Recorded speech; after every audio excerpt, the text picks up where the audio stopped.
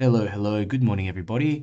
How are we doing today? My name is Darren and from Watercolor Mentor. Today I'm going to be doing a demonstration for everyone. We're going to be doing something a little bit different.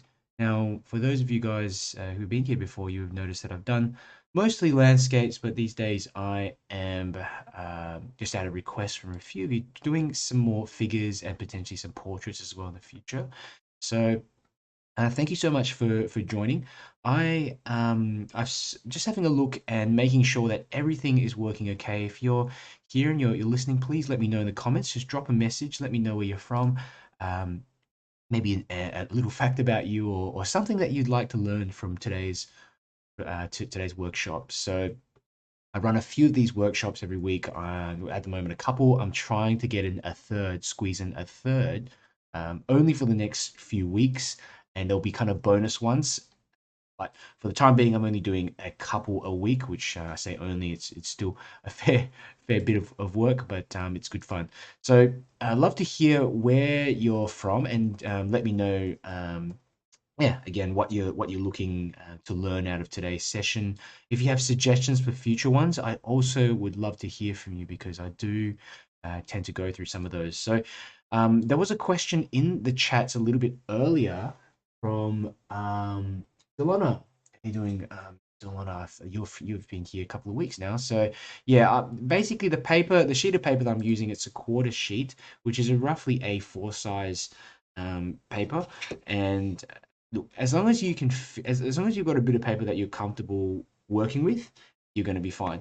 So I know, some people do work a lot smaller. I mean, here's a smaller sheet of paper. This is about, well, this is like a 1/8 sheet really, and so that's like 1/16.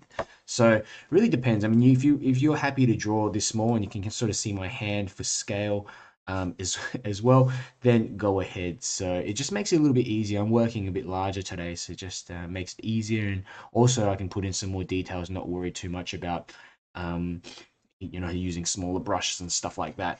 So for those of you who are new here, um, I've got a whole bunch of paintings that I just thought I'd go through, just a few things so that you know what my style is like. Some of these I've done for previous demonstrations. This is a line and wash demonstration. This is Hallstatt. So there's quite a few kind of watercolor scenes in here, and you'll notice that I employ a loose type of watercolor style. So there is still a good structure for the location. I think making sure that you've got enough details in for to indicate the location is important. But I do try to finish, and I certainly finish most of my paintings in one sitting. Okay, and that also encourages me. This one's the wrong way up. Encourages me to focus on the main details, the main sort of I guess impression that I want to impart to the viewer. Okay, and sometimes it does take a little bit longer. It depends on the scene, but for the most part, I can get them in with one sitting, normally within a couple of hours. I spend a little bit longer in these sessions actually talking to you guys so that I can answer your questions, explain a little bit more about what my process is like as well. So that's another thing. If you have any questions during the session, please let me know and comment, and I will get back to you as soon as I can. I do check the comments fairly often. These are a couple of scenes of Venice that I did the other day, and I wasn't so keen on them at the time, but now that sort of looking back on it with fresh eyes, I do quite like them. Sometimes that happens, when you're painting and you comparing what you've painted to the reference photo, and you think, geez, it doesn't really look anything like that. But when you go back to it afterwards and revisit, you find that things actually make sense a lot more to you, and they're fine. So um, we've got Ellen here in the chats, and also Yvette. Ellen's from Maui, and Yvette says, "Merry Christmas, Darren. Looking forward to doing people." Fantastic. Thank you both for joining, regular viewers, and thank you so much for your support. But today's going to be, yeah, we're going to focus a lot more on figures. There is a bit of a background section for this, and some shadows and stuff on the ground. We've also got, we've got V here. How you doing, V? And Hope you're a bit more rested after that long sort of Christmas day that you had. Sound like you were pretty busy doing um, running around doing a lot of the cooking and catering to everyone. So thank you for joining. V's asking, are we actually painting the faces on these men tonight? Yeah, we're gonna do an impression of the faces. I'm not gonna go into too much detail.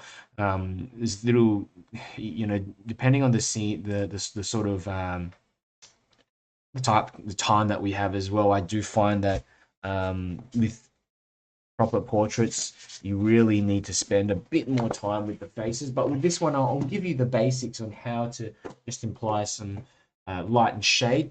For those of you who are wondering a little bit about some of the portraits I've done, this is a couple of practice pieces that I did recently. So I will at some stage go through some portraiture stuff with everyone. Okay. And I'll go through my process with that. But for this one, we're not going to go too much into depth in terms of the actual,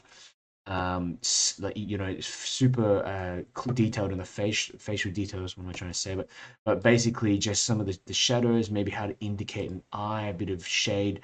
It's quite amazing how much detail that you can include just by putting a bit of shadow on the right side of the nose, underneath the nose, a bit underneath the mouth, because you can see the reference picture, the light coming in from the left hand side.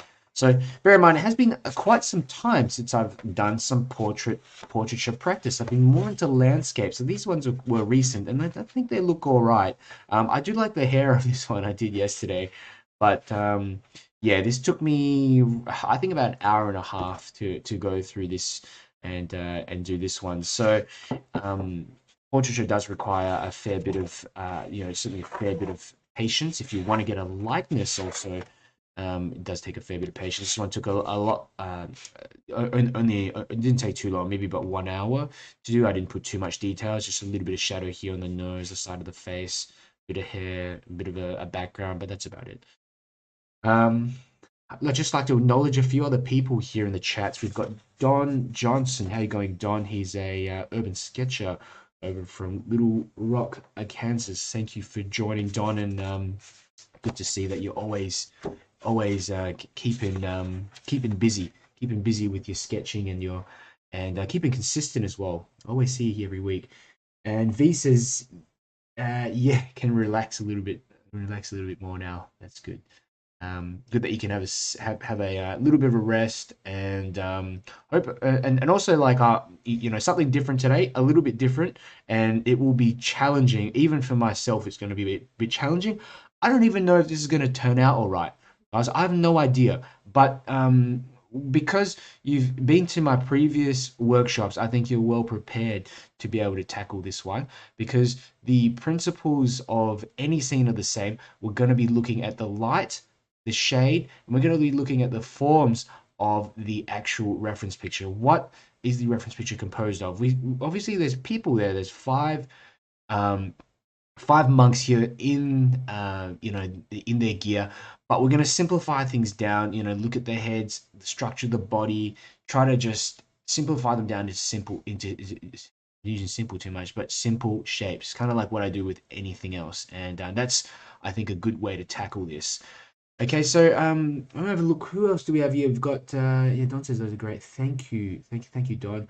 And V says I'm good with suggesting the face. Fantastic. For those of you on Facebook as well, please say hi. I'd love to hear where you're watching from, especially if you're new as well, because you know I've I'm obviously used to my usual uh, well sort of visitors here, but if you're new and you have any questions and you want to know I guess yeah, if you have any questions about watercolor or how the session is going to run, just drop it in the comments. I'll check it, especially now because I've got a lot of time to go through it. And I do recommend as well. There's no stupid questions, so if you have any questions, just drop them in the comments. Sometimes it's much better for me to answer the questions and go through them here while I am while I'm live. Just gives you opportunity to get an answer straight away. Uh, Fantastic. We've got Mary, sorry, we've got Maureen Garvey from Melbourne, Australia. Thank you for coming. Maureen for Carol Craig. Looking forward to seeing you paint figures, South Carolina. Awesome. We really got a large range of in today. Let's have a look. What have we got here? Delana says, LOL, I'll have to Google A4. Yeah, this is in, I don't know, A4 is kind of Australian sizes or maybe British. No, I don't know, not British. Yeah, you guys deal with all like inches and stuff, and I don't, yeah, I'm not sure how to convert them right now, just off the top of my head. I think it's actually it's 2.54. 2.54 seems to sit in my head somewhere. 2.54 centimeters an inch. I don't know. Anyway, we've got a few more chats in here. We've got sorry, Shuri. I'm just trying to. I've got a second monitor here. Just bring my head over so I can see. Sherry Smoltz, thank you for joining. Sherry, got Solan again. Solan Beverly, fantastic. Good to see you, and good to see you do that sketch the other day, Solan. I saw you post that. I think it was I think it was that Venice Murano sketch that you did, and something quick just to get into it. Well done.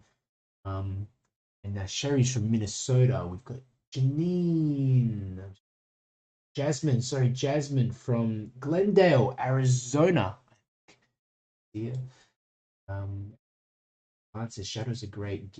That give it the realistic look. Does, yeah. Shadows really pull everything together. You got to have your darks in there. If you look at all of the scenes that I got here, I mean, you've got light and dark sections in there. Otherwise, it's the whole scene can at times, if you're using pure watercolor, look a bit lethargic if you don't have the darks in there. I mean, even with her hair here, just that little bit of darkness here, a bit of shadow here, really brings out that light. Okay. Probably the most, if I have a look at just the last scene I did, this one here, just bring it up. This was the last one I did. Okay, so I think we'll do the figures kind of like almost in this style so that we don't spend all day doing it. And I'll go through some of the shadows and stuff as well with you guys. How you doing, Philip? Good to see you here in the chats. And I responded to your last comment, Philip.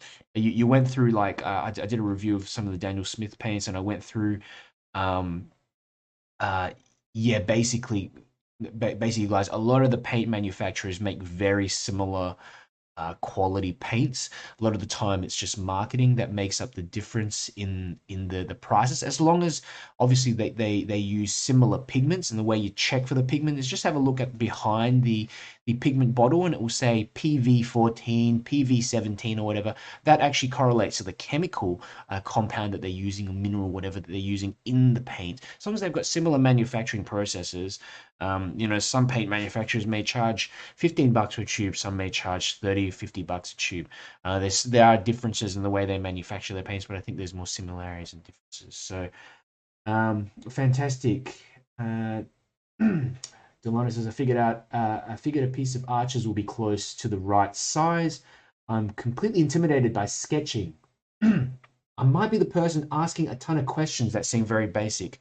Hey, don't worry, just ask the questions. Like I said, there's no silly questions. So a lot of the time when you ask a question, I find that another 5 to 10 people have that same question, but they're just a bit worried to ask. And I can be like that as well sometimes. But it's better to know. It's better to know, and there's no judgment or anything like that. We all have to start somewhere.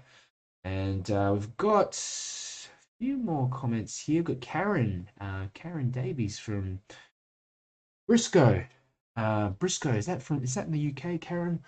We've also got Maureen. Maureen says, a long time landscape artist, especially beaches, looking forward to learning more about portraits. Fantastic, yeah. So I'm not going to be doing a portraiture in this one. We're just going to be doing figures. But in the future classes, I'm thinking of doing some portraiture, because I know some of you have really been asking me to do talk about portraits, how I go about my process. Okay, and I think it'll be good to go through something with you guys. To be so something as well as I find portraits very, very difficult. Portraits are probably the hardest subject that you can do in watercolor, especially when I'm doing this live. So certainly will be a challenge. But I'm thinking maybe perhaps next week, guys, if you guys are free sometime around this time next week, I'll make a class and I'll go through all the kind of steps and techniques, maybe simple things as well, like how to draw, how to paint eyelashes, what brushes to use, and stuff like that. Wet and wet technique. Okay. Righto, guys. What have we got here? What have we got here? We've got a few more comments here. Don's actually popped in the dimensions for A4, so 8.5 by 11 inches. Thank you, Don. Thanks for doing the conversion for us all. Joanne Owen, how you going? Joanna, thank you for joining, and you're new here. Welcome to the stream, and appreciate you being here. Let's have a look. We've got Delona is asking, should I use pencil or pen? Okay, for this one, I recommend you guys using a pencil for the drawing. Now, for those of you who actually prefer to draw in pen, go ahead. You can use pen as well. It's just going to lead to a slightly different style where you can see the outlines of the figures more. Okay, some people, I tend to draw with a pen straight onto the paper because I'm a little more confident with drawing. Now, if you're beginning or you just want to have a better structure before you lay down that ink, certainly go on with the pencil. Probably the easiest, guys, is follow along with pencil, and if you want to go along with pen and go over the top of it in pen afterwards, go ahead. Remember, the stream can be paused so that you can go over with stuff and then you can continue onwards. Okay, so this will be available afterwards as well. Philip says, yes, please ask. Often we don't know we have the questions if someone asks it. 100%, Philip. Guys, I'm gonna start putting this stuff away. I'm gonna have a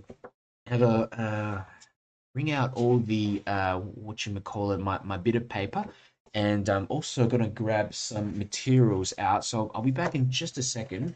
I'll grab my paints.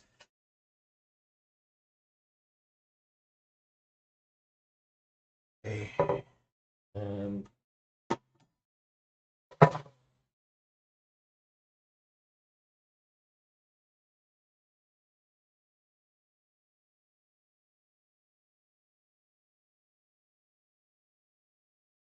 It's funny. I started the stream, but I didn't even have my water or my paints or anything out.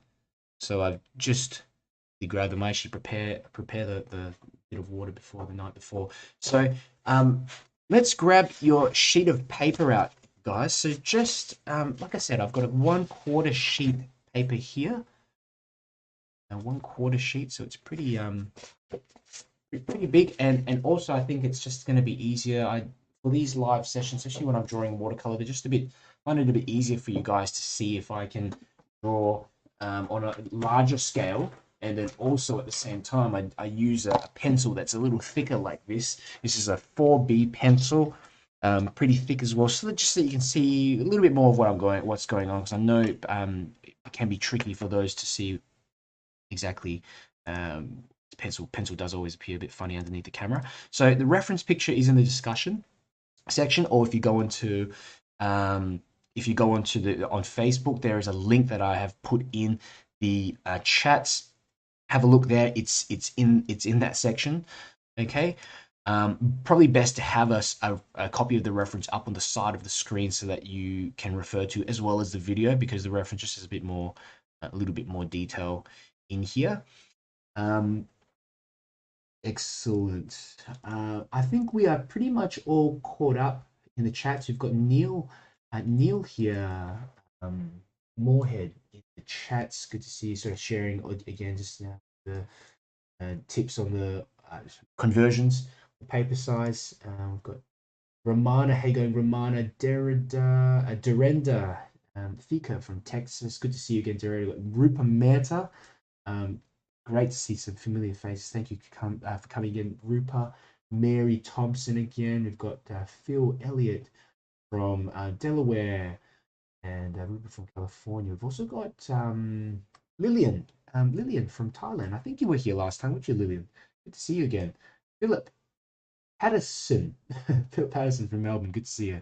I'm just squinting because the screen is a little bit far from me, so if I do start pronouncing your names a little bit funny, please do excuse me. But I'm going to get started along now with this drawing. Now, what you're going to notice, first thing in this scene is we've got 5 figures and we need to space them out accordingly, okay? And I want to make sure we focus on drawing the 5 figures first because they're in the foreground. I always draw everything in the front first and everything in the background afterwards. There's also quite a bit of detail and complexity in the back, which I'm still figuring out exactly how we're going to tackle that.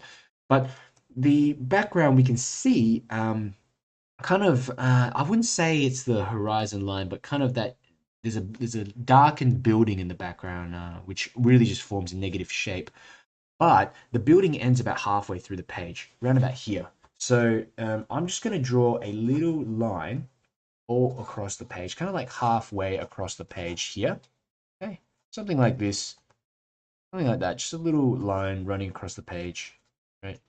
This is going to help me decide where to put the heads and stuff. Always start with the easiest and most obvious markers on the page. Okay, that there separates the buildings from the ground, and therefore we can roughly estimate if we look at this line cutting through the page, it almost goes halfway through the figures at the waistline. So if we know that the waists of the figures are around this height, then we can estimate the heads and things like that. So just it forms a kind of guide. So now we're gonna start. Let's put in the head, say, of this figure here.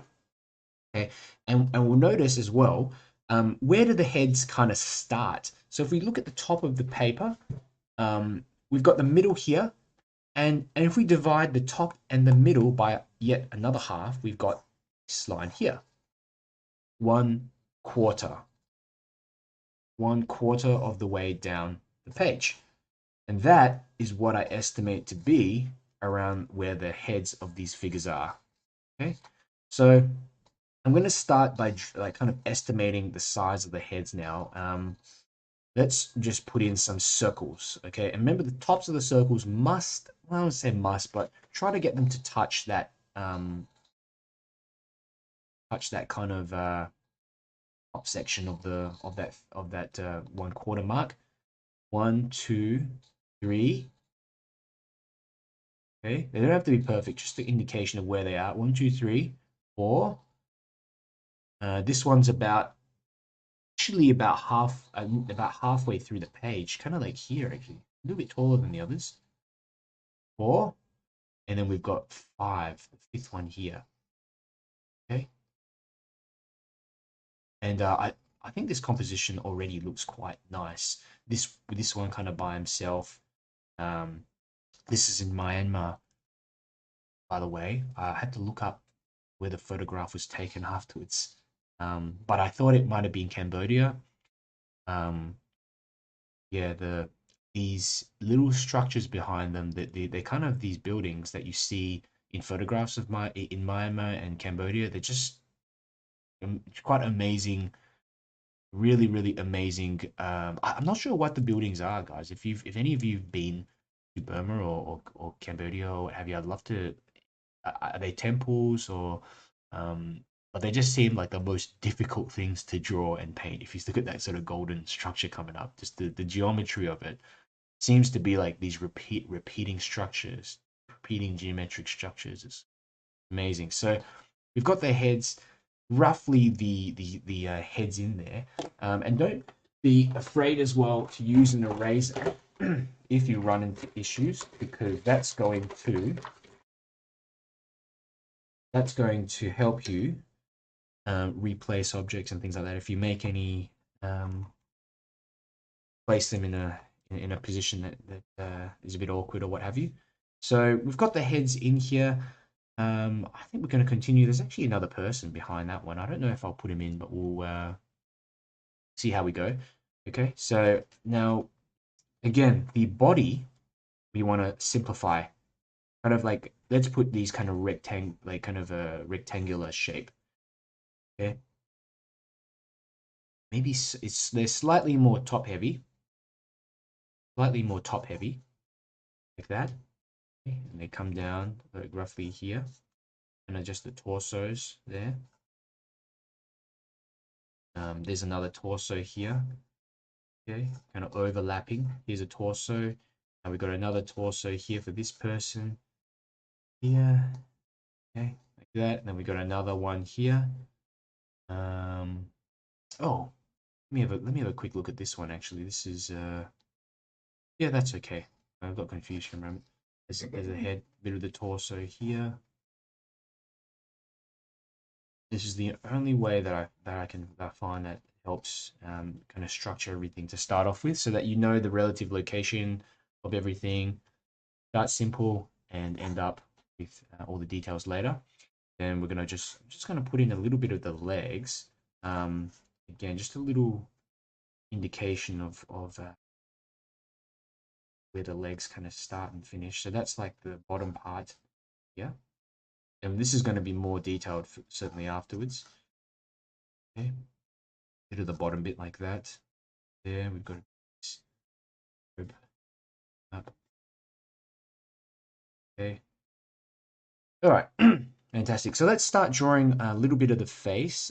So for this guy, start kind of like that, and then we're going to get this jaw, kind of like the jaw in.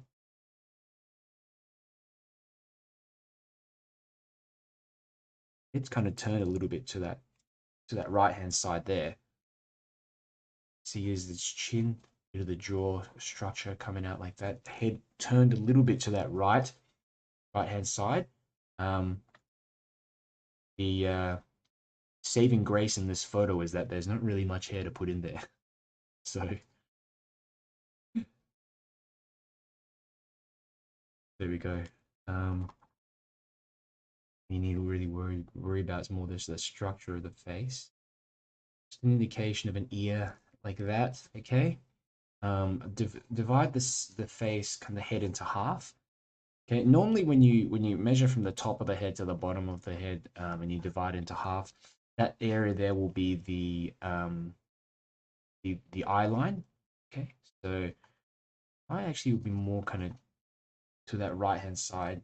That bit of the nose structure there, and then again divide that up, and this will be like kind of the mouth. Yeah. That just a little.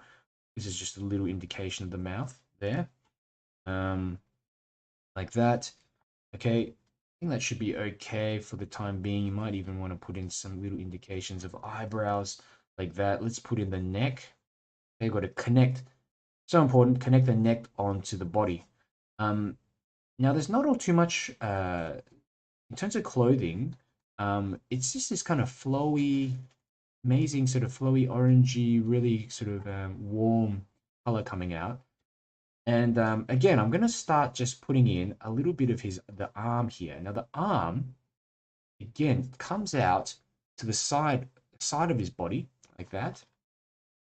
The head also, you notice maybe the head is a little bit big. So it just takes a little bit of adjustment at times. There's the bicep, kind of just a rectangular sort of shape coming out from the side. Then I'm going to get the forearm. The forearm kind of flays out a little bit, gets larger at the what do you call it, the joint. It gets larger, and then it comes into a smaller area. Okay, so it's kind of his arm out like this, and then he's got a hand which just turn this into a ball. Let's just turn it to like a basic little ball like this, with it pointed out like that. Thing there. Putting a thumb there. I wouldn't worry too much about the details of the fingers or anything at the moment, but something like that. Okay. Having a look at the the comments again.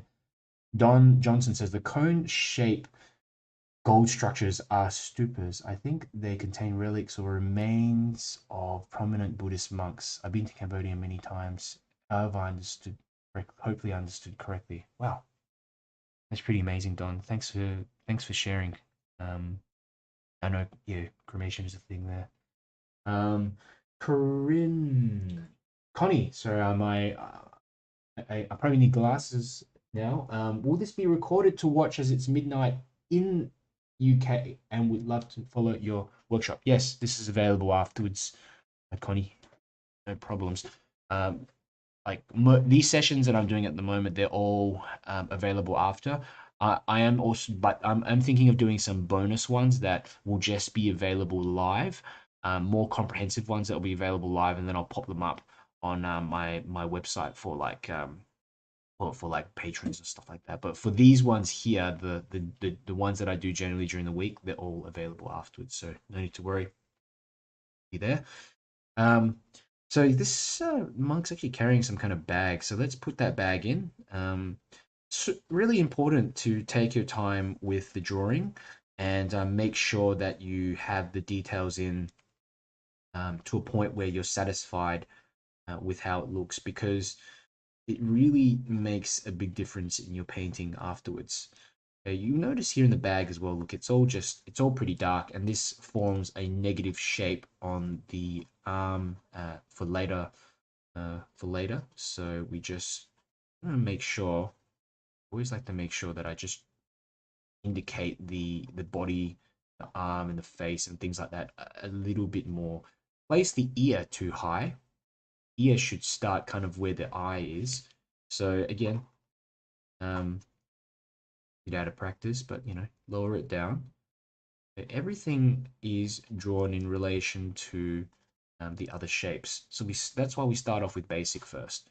I'm gonna just gonna outline the head a bit more, round head, and we can do later is just indicate some hair on. I'll show you how to do it in a simple way. Collarbone, little collarbone here. Little technique that I do as well. If you guys got a cotton bud, little cotton bud, sometimes you can use that to smudge and create a little shadow here and there to remind yourself where things start and end. This certainly I need to get another one from the bathroom. Just shape this one a little bit. But this kind of helps to remind you, for example, that if you start putting in some shadows, for example, here on the right side of the head, grab another one.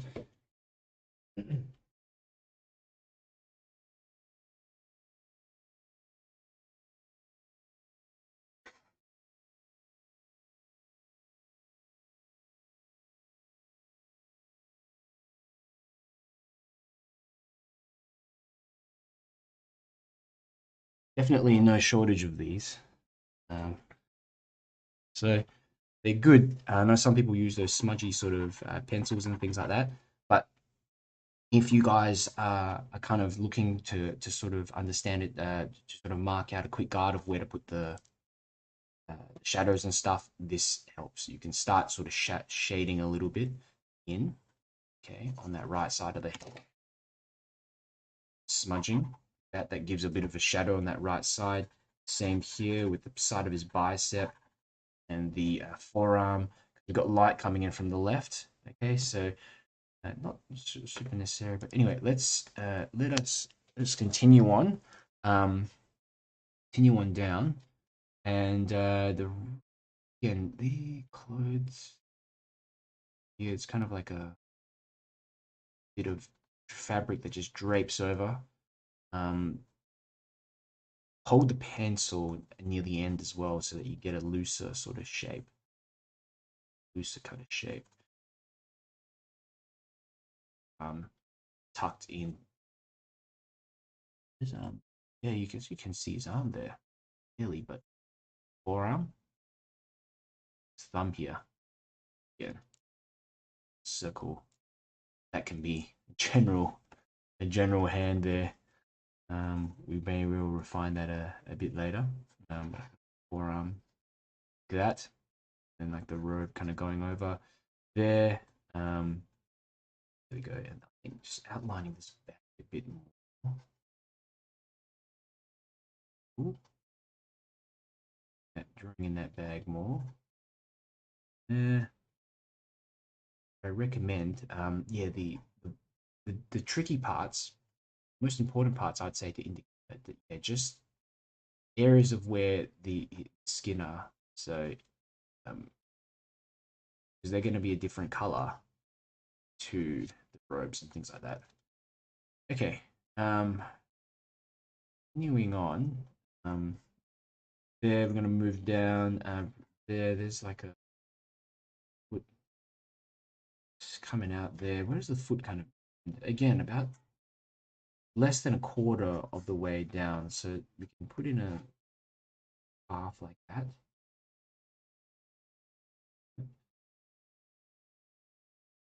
Heel. Just a triangle here. That.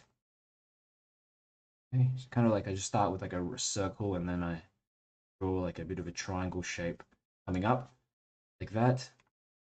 And calf's probably a little bit big. Like that. We have this one here at the back, which is pretty much just facing forwards, and it will kind of come out like this. Not perfect, but close.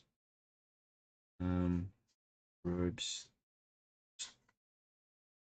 Just trying to get in a flowy sort of feel. It's tricky, especially when you're doing this in pencil to begin with.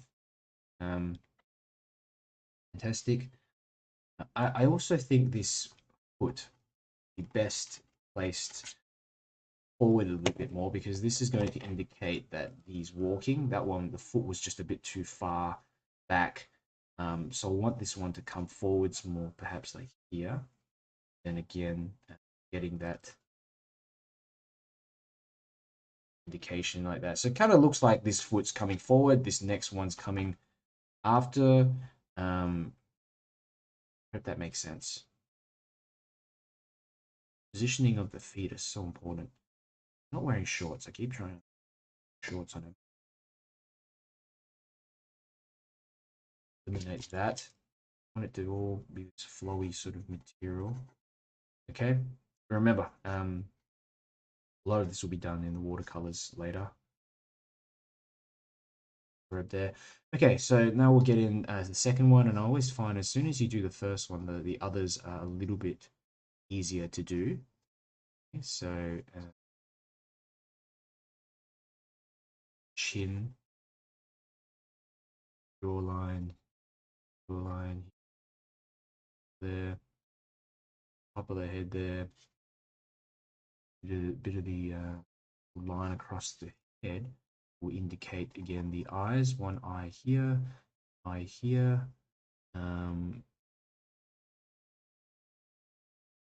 nose here.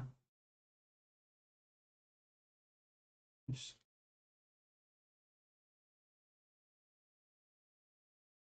There, mouth here. Cool. For the mouth like that.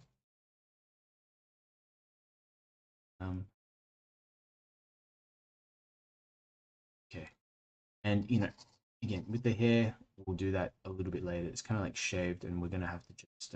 I think I'll do some wet into wet in there later.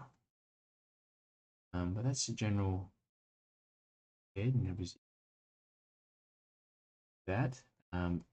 These guys facing pretty much front on. Chest sort of showing through there. Shoulder. I'll make this guy's shoulder a little bit bigger as well.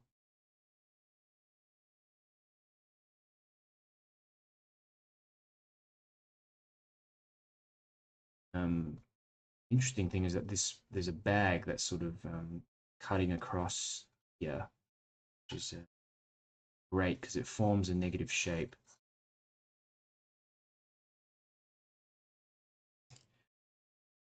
Because all going to be pretty much in the dark, holding something. I think he's also holding a bag in here. Or holding these bags. I'll put one in that. There is an indication of his hand here. Well, I'll just put in something like that. Time being. Yeah. Pretty simple. Okay.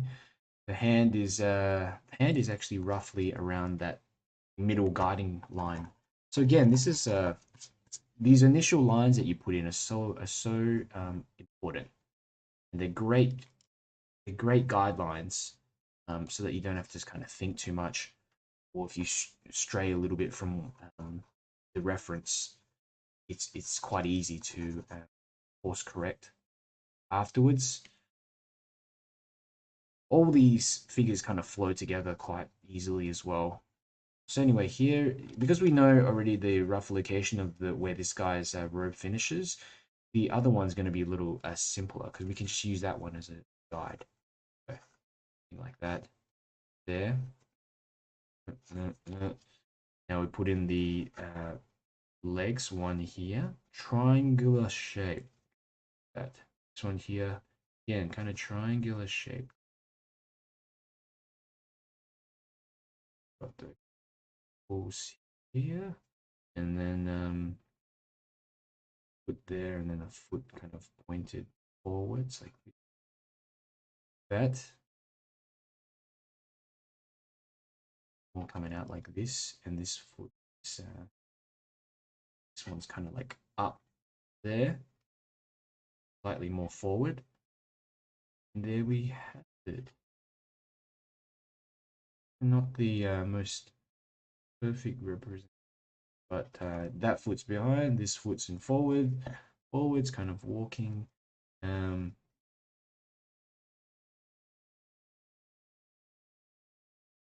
This one.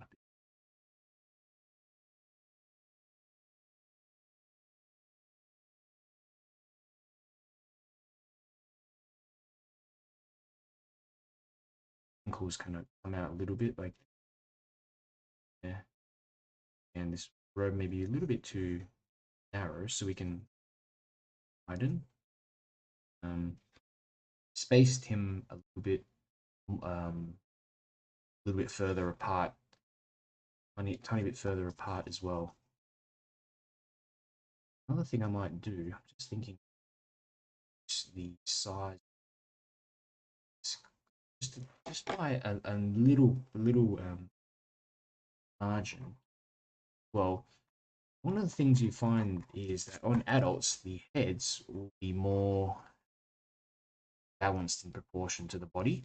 Now, this head, the head of this guy is a little bit slightly too large, but if you notice now, I've made the head a bit smaller. It's a bit more in proportion with the rest of his body. Okay. Often children have heads which are much larger than the rest of their body. So this should fit into the body about 7.5 times. 1, 2, 3, 4, 5, 6, 7. So the head's probably slightly too slightly large. You can elongate the bodies, but as long as you've got a really basic indication, you're okay. But I think certainly with this head, if I reduce the size of it down, it will look a bit better. So this is course correction. So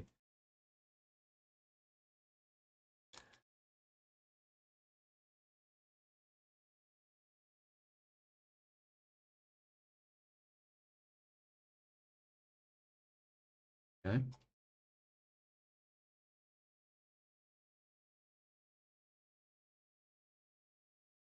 Good.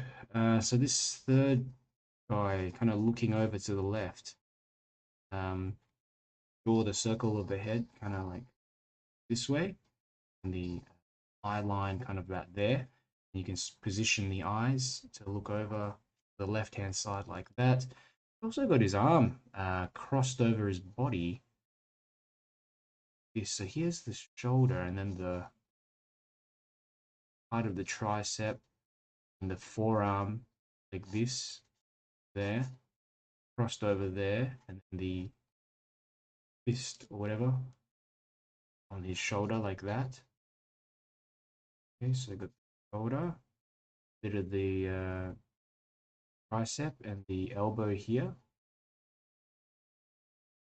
There, just a kind of shape moving across the body like that.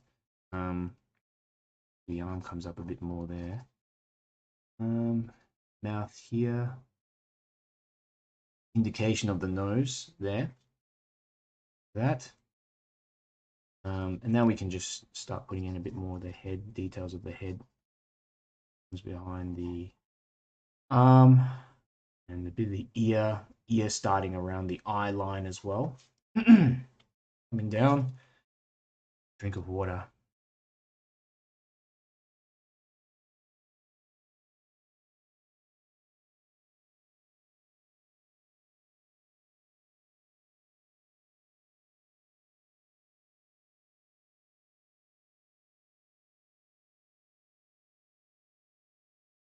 Okay. Tag him now.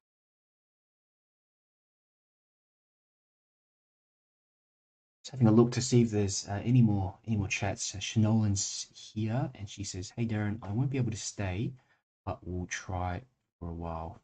Thank you, Shanolan. And good to see you. We've got Pui Yim from Buri, Thailand. Welcome, Pui, and thank you for joining.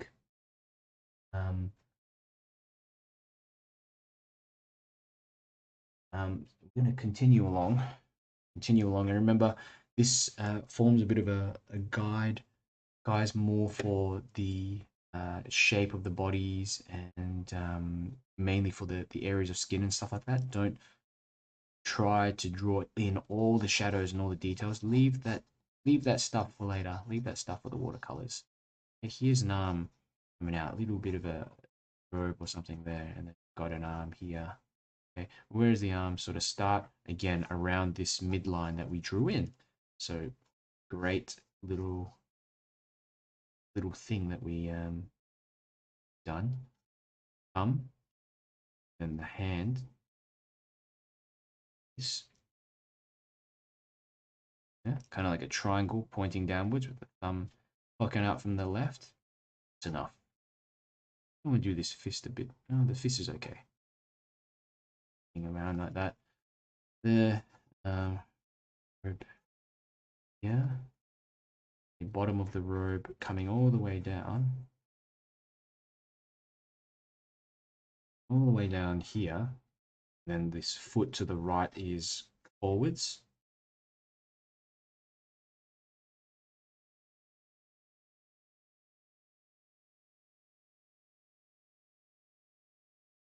Yeah. And then the left one is like bent. C slipper. That in the back there, pretty hard to see. It'll kind of be in the dark. That foot here in the back. Okay. There we go. Fantastic.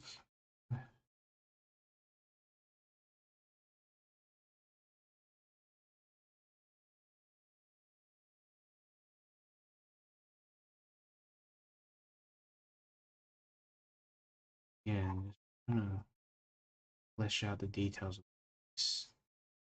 Oh, that 3 there. In there.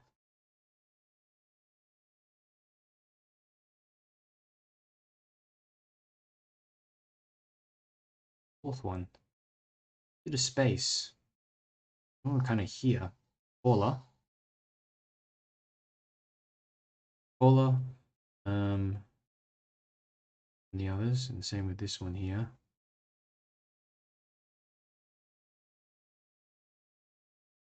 Head turned slightly to the left as well, you'll see. So again, I'm going to tilt that head to the left like that. Line across the middle section of the face, and we'll put in an eye here, eye there. Just draw a line, just draw a little line there. You don't need to really do much. Nose, just a line, and then a bit of the bottom part of that nose, and maybe a nostril to that right hand side like that, and then this can be the mouth here. Cheekbone, the chin, pop the chin in like that. This guy's face is actually in, well, half of it's in the shadow, as you can see. And actually, you can use this to cut around the cheekbone like that, to use that shadow as a way to create structure of the face a little like that. Most simple way to do this. Here, around the eye line. that. Okay, neck coming in, neck. Hmm. Yep.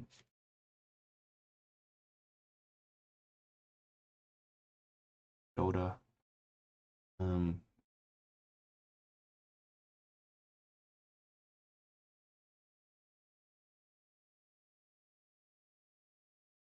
Arm gonna coming down here. Armpit here. The width of that shoulder is.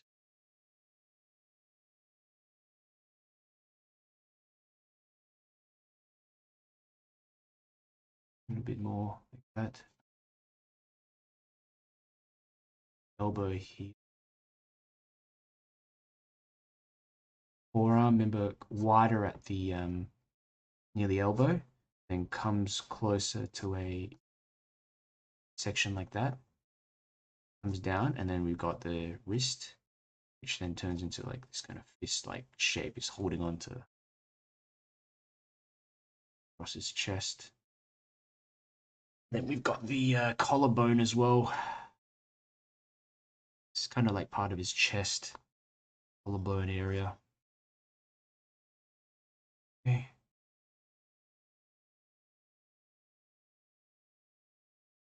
Look at them as shapes. Spherical shape tapering down into this kind of looks like a mortar and a pestle or something like that. Collarbone here. Some detail for the shoulder. You can do that later with the watercolors. Indication in work. And what have we got here on the right hand side? Zoom in a bit. Something is wearing something underneath. Get the shoulder first. Let's do this bit. This is easier. Bit of shoulder, a bit of something in there, and then we've got the bicep here a bit.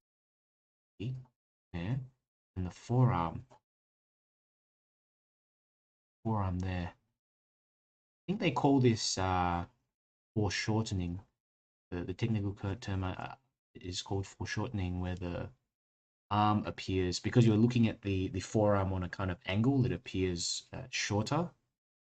We're kind of looking at it like direct on to the camera rather than the arm being completely outstretched like the middle guy here. We can see the whole arm. If he's got it bent up like that, suddenly the forearm looks shorter. Like this, kind of like that one. I didn't do that one so well, but I'm trying to do that here. Wrist or something there. Hand out like that. It's really not the best. Not the best indication, but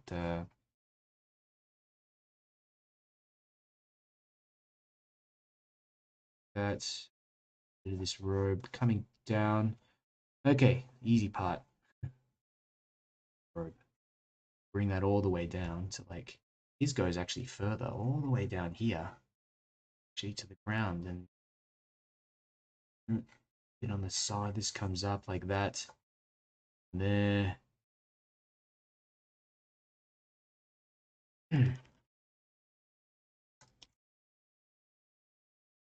Very interesting. Actually, a bit of the hand is actually in light. You can see it. So much detail there if you're able to capture that. Try to simplify this down into just some quick shapes. The head of this figure is way too big. Way too big. I want to reduce the size of the head.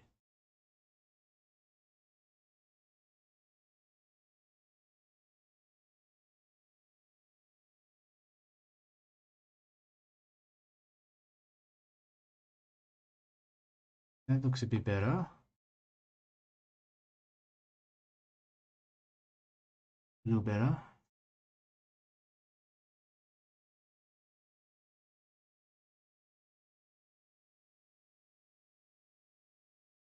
More in proportion now. Sometimes I don't notice until after.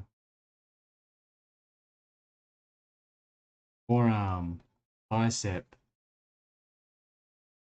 I only know the names of these muscles because of the gym.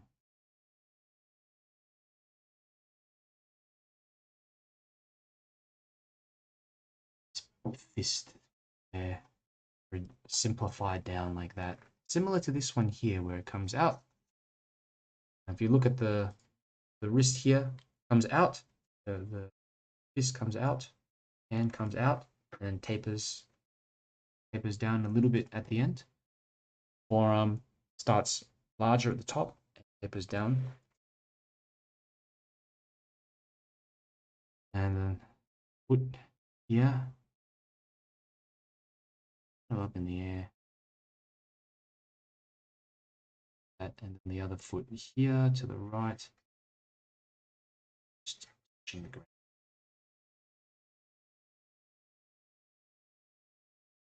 Easiest one to draw, the easiest foot. And again, you can start indicating some of the areas of the robes. Like this one here, you can see like there's a kind of section of the robe that comes out from under that in. Like the rest of it we can do in with watercolors. Okay, last figure. Jeez, we've been drawing for quite some time, almost 40 minutes, but we promise you we are nearly done. And it's placed a lot of importance on the drawing because you are essentially layering the foundation of what's to come. Interesting here, head is downwards, face downwards. So you will notice that the features are, instead of the eyes being kind of like in the middle of the head, they're further down. Pointed down like this. I'm looking down there. Mouth kind of here, chin here. It's all going to compress together a bit, slightly compressed together. There. Ear will appear higher up on the head as well, kind of like above the eye and then down like this. Uh,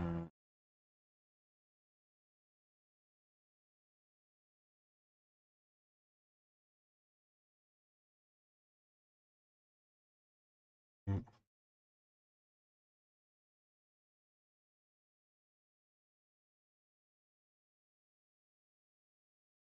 Something like that.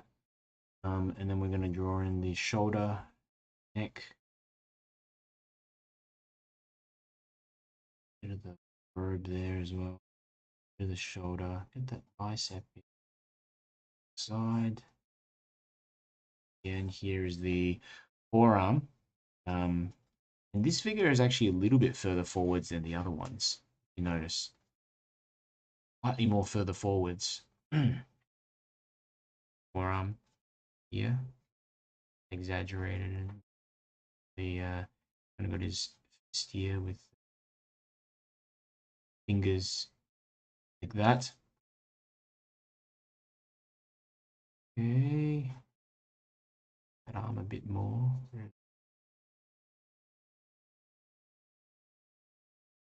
I'm very too muscular. Robe here. Around the side. The other arm here is doing something here. Hands.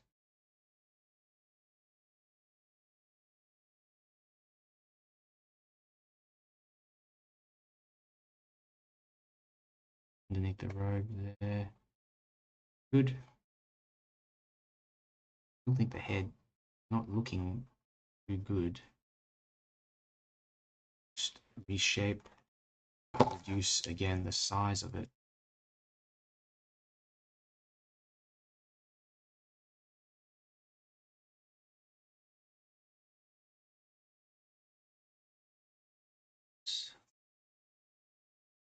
Better, little better. Clear it up a bit more, some more cheek. Okay, a bit better. At the moment, he kind of looks like he's wearing a bicycle helmet. Trying to get in the air of the hairline. This is going to be tricky, the hair actually. Okay. The shoulder connected on there. To the arm. And the robes on that side like that. Bring this down and kind of to the same, around the same location as the other one. It's a bit up like this, more in motion.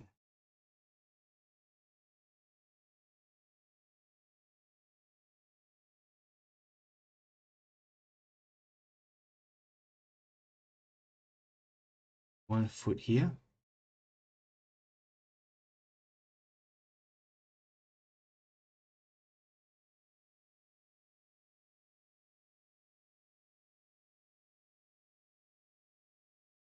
Other foot behind.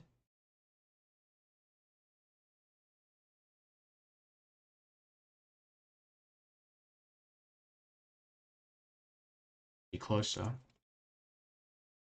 It's a bit closer to this one.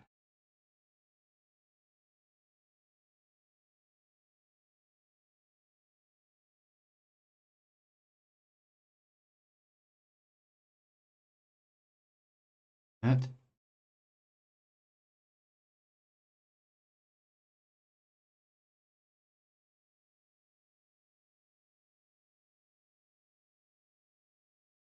Okay. They say we are almost done with these figures. Okay. Open the forearm a bit better.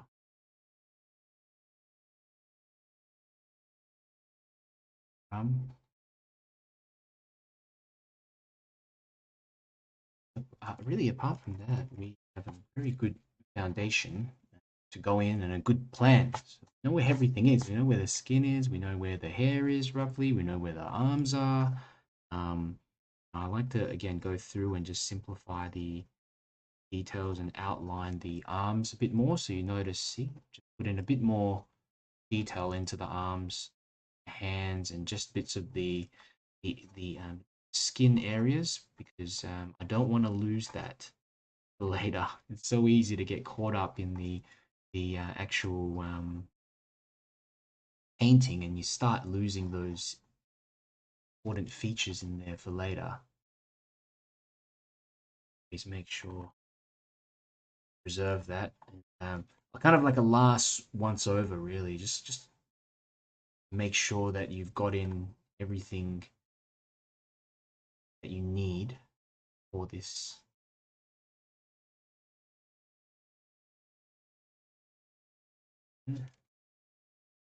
Okay. Legs are super important.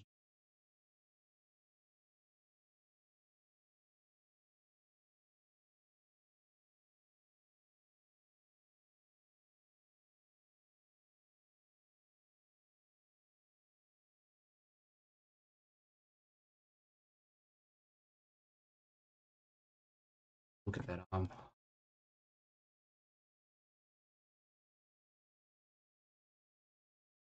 Blend it into the side like that. That simple. Better. Side kind of slightly visible.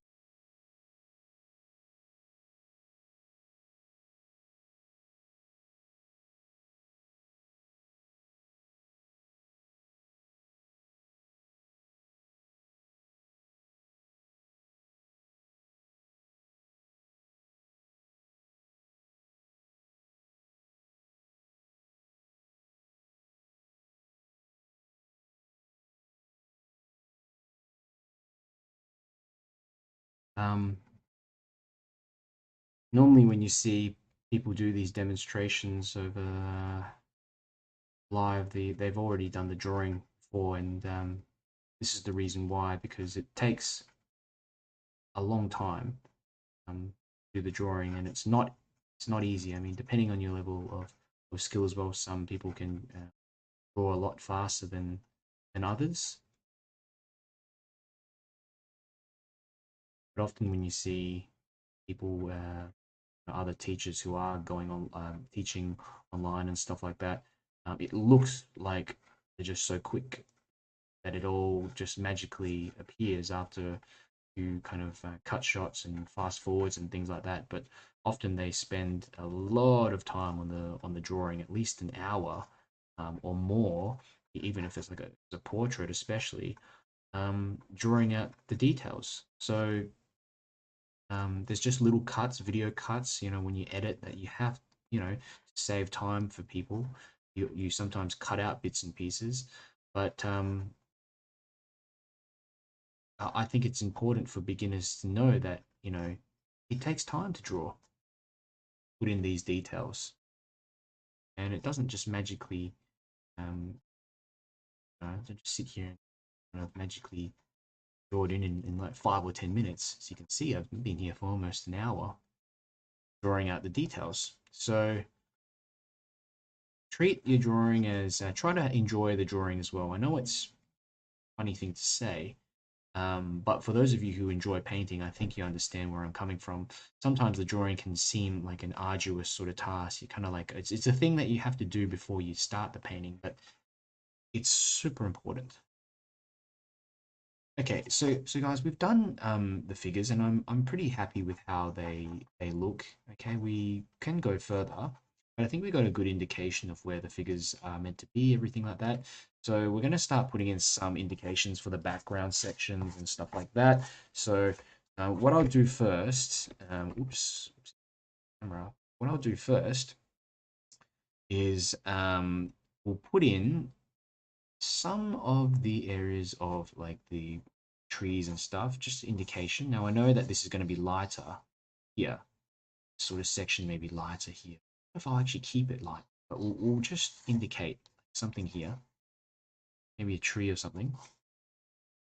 That there's a bit of tree or something coming in from that side. In the background, we've got this interesting bits and pieces. There's a structure here. And it kind of comes all the way down.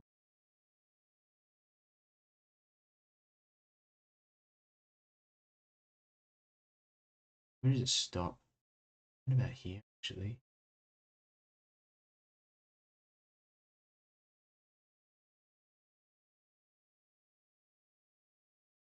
That.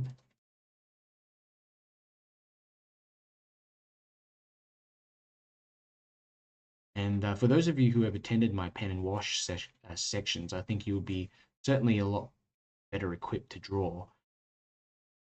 One of the fantastic benefits I found of drawing, doing pen and wash, is that it has improved my drawing abilities considerably, because it's forced me to, to have to be more careful with the lines that I put in. Because obviously when you're drawing in pen and you stuff up, can't erase it. So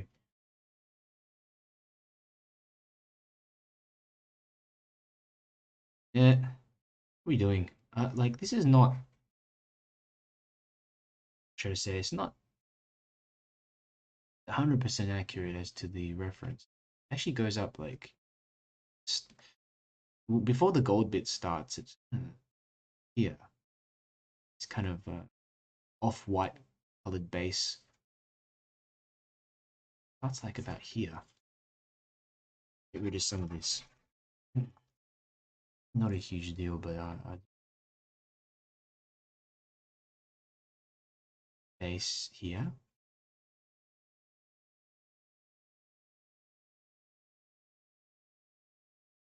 Is off behind, beneath all the robes. Yep. Yep. Something like that. Okay.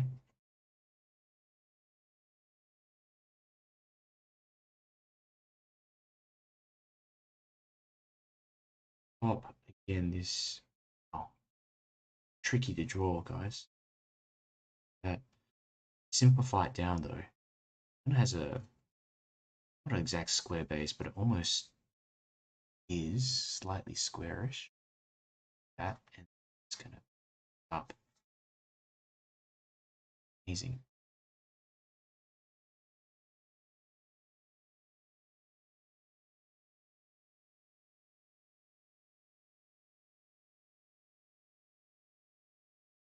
This would be when we do some of the negative painting, we'll be cutting around this golden sort of structure. and we'll use that to cut around it, basically. Another one here. It's probably a little easier to draw with this light. A bit easier to draw. And for those of you who are struggling to draw this, just think of them as shapes. Okay, this is like kind of a triangular shape.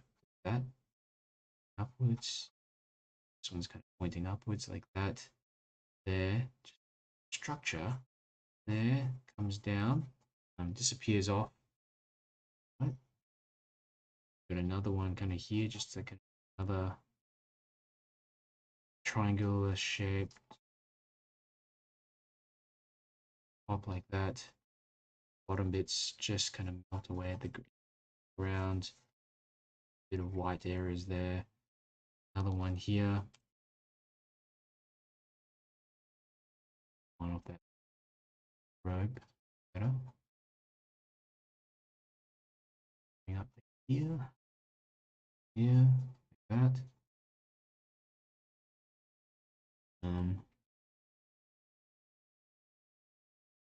That shoe here. Around. Just little bits and pieces. And through the center. Base. Pictures.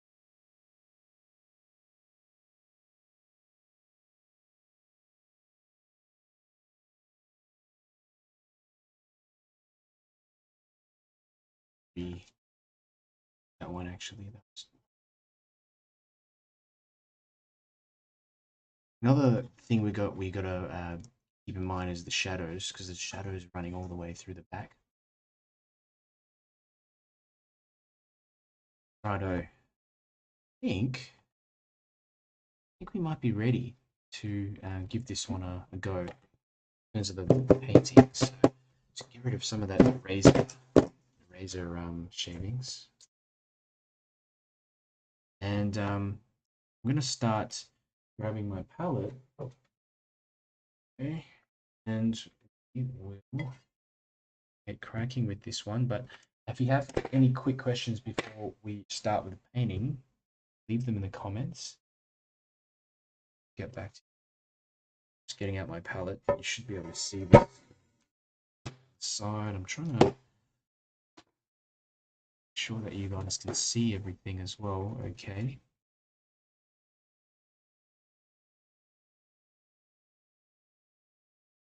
I think you can see a little bit of that, which is switch it around. Bit of a switcheroo. There we go. Righto.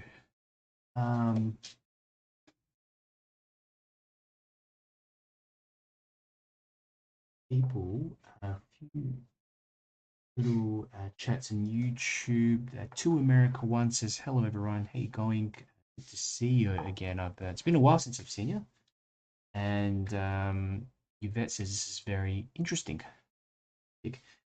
So let's go ahead and start with the drawing. And I'm gonna use. I'm gonna firstly start by putting in colors for the face and body and stuff like that. So brushes, in terms of brushes, I'll be using number 8 round brush and a number 6 round brush. And I'm gonna be using I think I'll actually do the robes first. So a bit of very vibrant orange color. So I'm gonna be using a spiral orange. Yeah, let's try that. That looks decent sort of color. Like that, bit of that orange. And go in fairly strong, I'd say, fairly strong. I'm using about 50% water, 50% pigment. You'll notice that's actually lighter elements. Some parts of the robes are even a little yellowish. For example, here in the sunlight. So we will go through and start really putting in a light wash over everything. Okay, light kind of wash. Cut around the arms.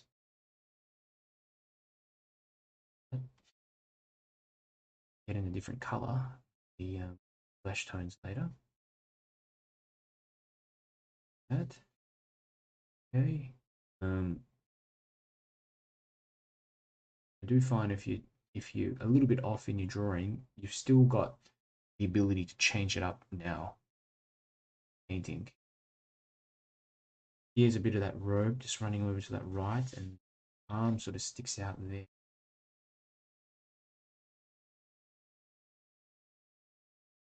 Yep.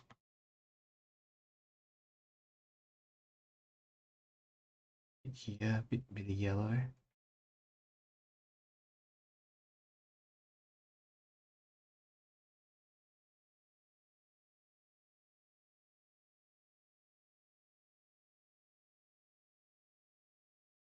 Down here.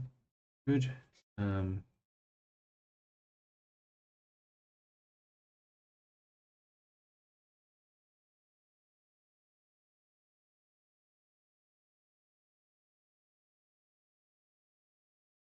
This.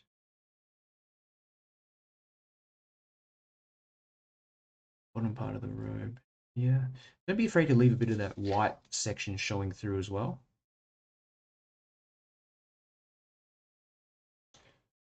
Okay, and we've got this one on the right hand side, and my aim is to actually try to join these all together a little bit as well. So I have some neutral tint. I mix that a bit of that neutral tint with some of the orange. That just join up a little darker bit for this figure in the background. We're just looking at colors, tone mainly, and using mainly just warm colors with a little bit of neutral tint mixed in like this, hoping this will join nicely. Put around that bit of that thumb there. Well, you can use a smaller brush. Sometimes I do swap to smaller brushes to get in details, like that. Well, so number 6 round. Use that. This bag is like really, really bright yellow.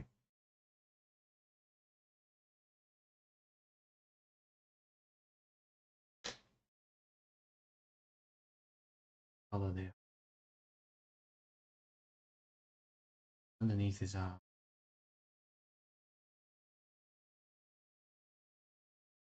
There.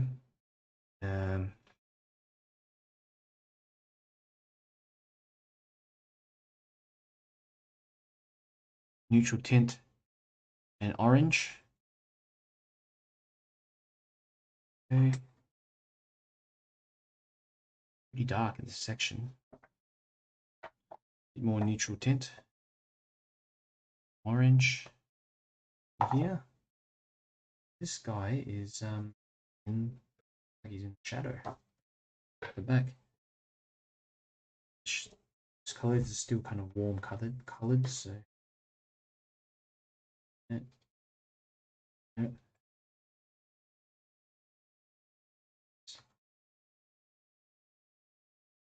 Good. Good.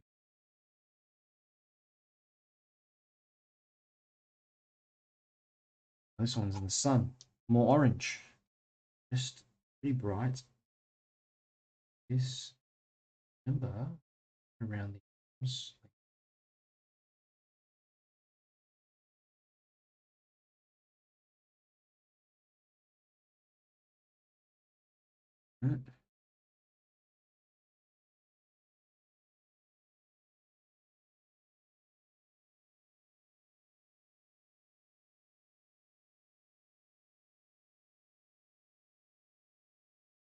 Sometimes I leave a little white edge on the areas just to make sure that they don't bleed in too much to each other, two figures, but it's actually a good thing when they do form connections with each other like that. Okay. It's not not to the extent, a huge extent where they form one big blob and you can't tell where one starts and the other begins. So there's the arm of this one, the hand, that around that white, coming down further there, bit of, you'll notice there's also some dark bits in the ropes, which I will show you also how to get in. But I'm gonna just do little bits at the bottom like that. And all I do is just drop in some neutral tint mixed with the red or a bit of orange. Indicate some shadow. See underneath the arm here, there's a big shadow across. And I'm not trying to get in all the shadows here, by the way, guys. I'm just trying to get in some really quick, dark bits. In here, so we got some soft shadows and some potentially some darker ones later on, okay? Because it's important to have some sharper shadows and things running through as well. But these soft ones help to kind of create this fabric-y kind of look. Okay, so you kind of have both in there. Helps with the whole layering of details. Okay. Move that. Yeah. Now let's do the kind of like skin of some of these figures as well. So I might just pick up some yellow, a little bit of yellow ochre, tiny bit of red, mix that together, and a little bit of this kind of like, what's it called? Buff titanium. That in there. How's that look? You gotta adjust from time. See what works. Just get in a bit of that color. Head, arms, pretty light as well.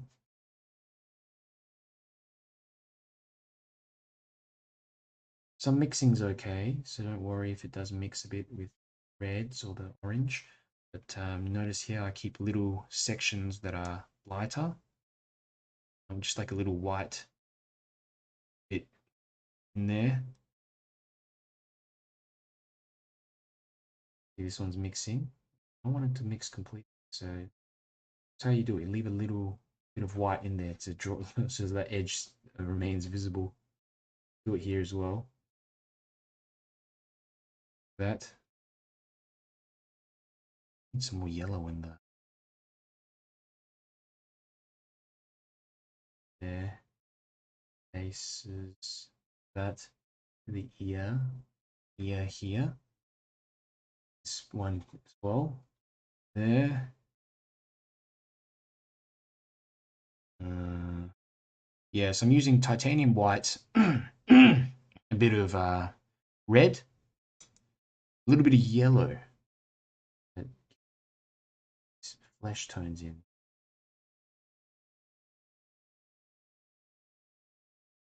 Okay.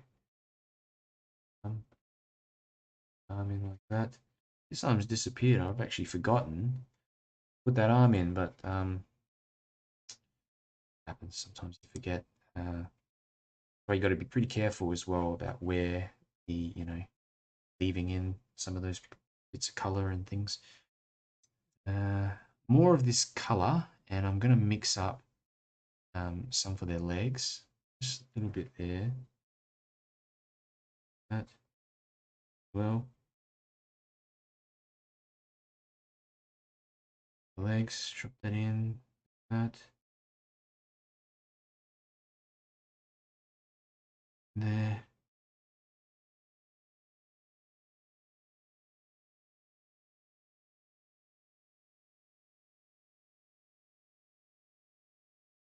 One on the left, barefoot on the left.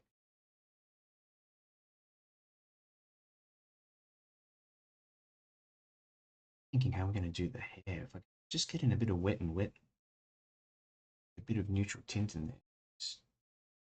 Something like that. A little bit of neutral tint.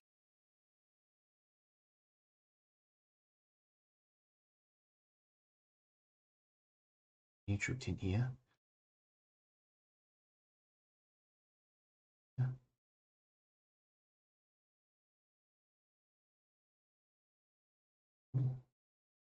Narad is asking, for the skin color, did you use yellow, ochre, red, and titanium white?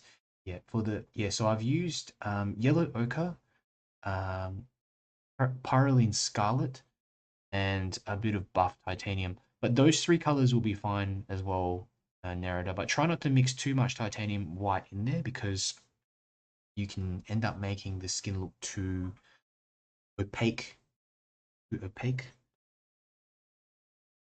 Now, we'll do these little shadows for the face. I've got a 50% mixture of neutral tint and water. I'm going to carry this down kind of into the face a bit. Indicate just a little shadow on the right hand side of the face, just like this. Like that, and then a bit of the nose that connects on as well. That. Bit of shadow on the right side of the face. We can probably reinforce that later, but something like that. Here as well, right side of the face. I'm just darken there. That. Bit of shadow on the right side of the face, the ear as well there. I'll go for this one here, underneath the chin, bit underneath there, and then really just right side of the face. That. A little bit into the soften off the head as well.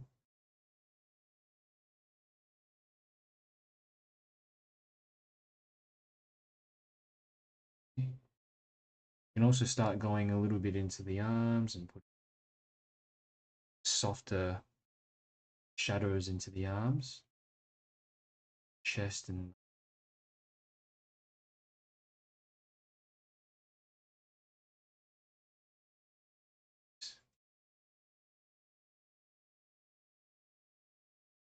arm, and moving towards the back. Like that. That bit, the right hand side is going to be in darkness, remember? So that's why important to create some of that. Some of the figures look better than the others, but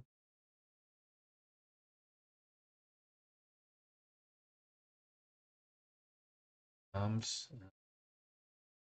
Good. So I'm going to probably leave this for a little bit. I'll come back to it. You can just keep really working on this as you continue on, but I've got to get these ones done as well. So a bit of orange here around the fist and the robe here.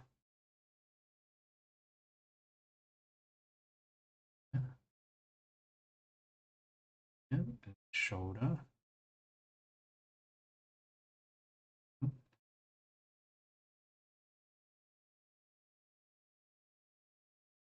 His hand. That.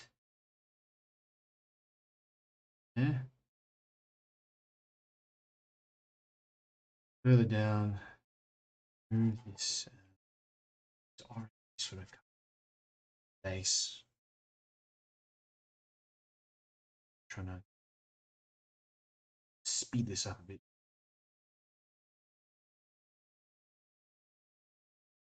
Down there. Feet of that monk. Good. Darkness at the base. That one. The other one, a little lighter.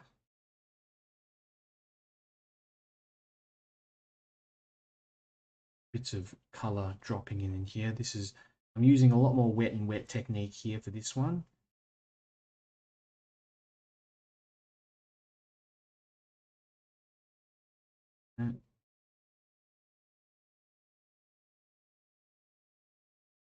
As the paper starts to dry, what you'll find is you get a bit more control over the line work of where the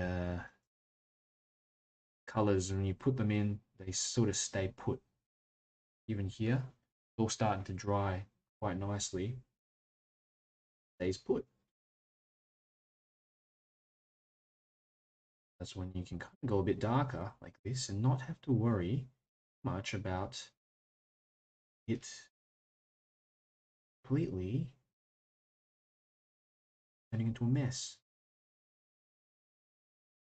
Beneath this arm, it's kind of, its hand, it's darker. Yeah. Just dropping in this darker paint.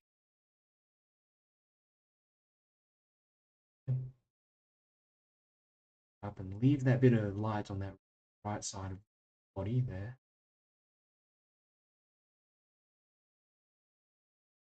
Shoulder. Carry that on. Neck. Again, trying to just mix this into the body, into the little robes. You notice these darker bits of the robes there, they're done so much. It makes it so much easier if you try to do it, a lot of it wet into wet. But some of this stuff is wet, is already dry, it's wet and dry. So you get these nice sharp shapes in here as well.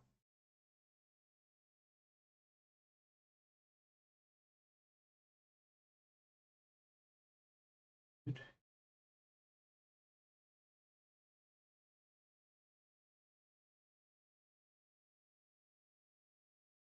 What can we do for this one? Put the color in his hand.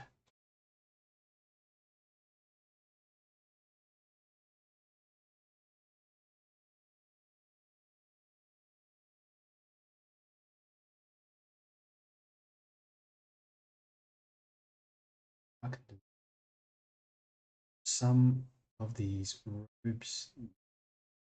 Let's see. Touch and go, guys. Draw it in and then leave it.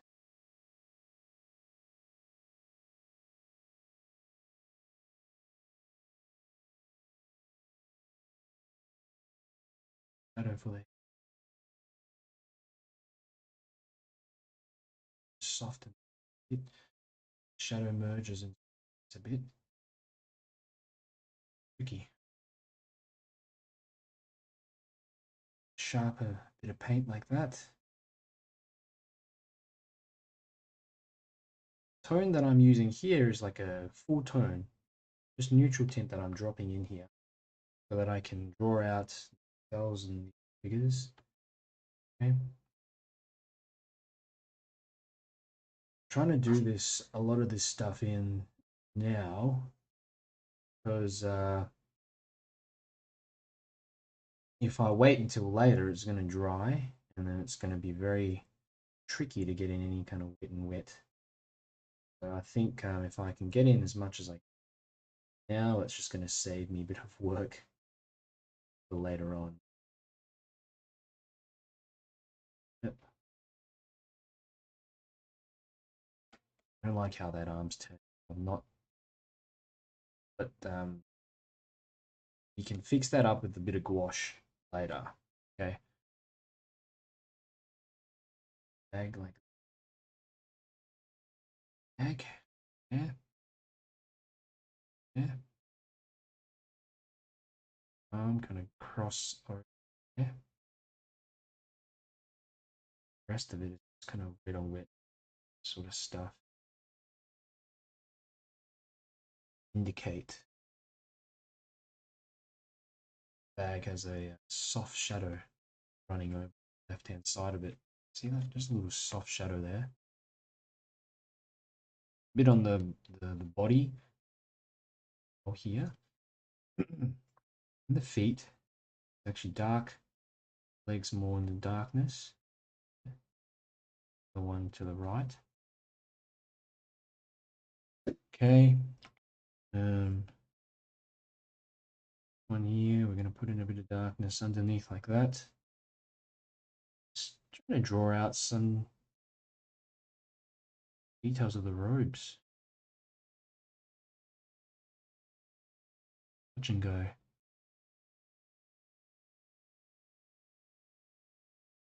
What's probably the eyes and stuff.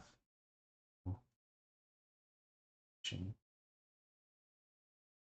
kind of little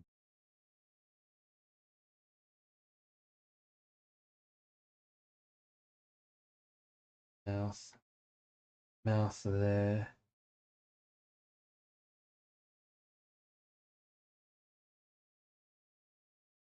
They're very basic, aren't they?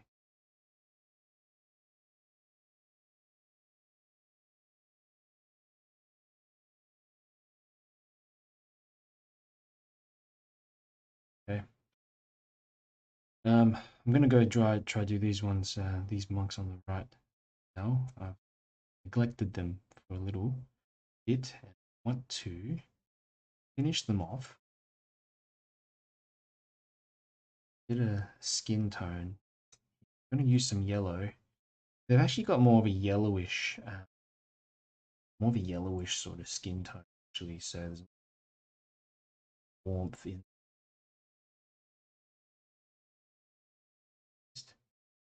the other arm. Yeah, forearm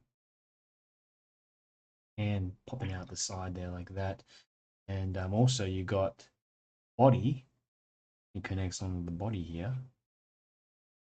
Shoulder. But by leaving little white highlights there, it just helps me to separate out features, body and things like that. And just color it all in.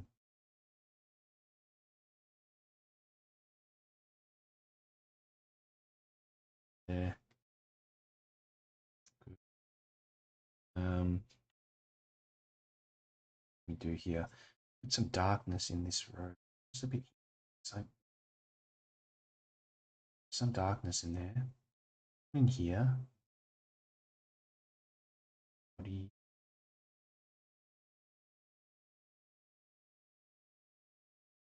Darkness. Face. Kind of like a shadow.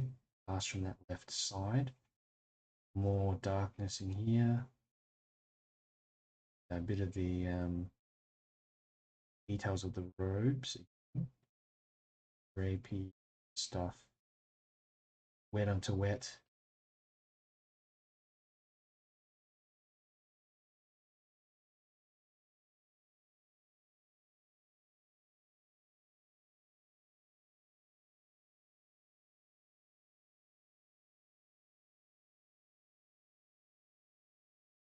Dark, bits of dark, all in there.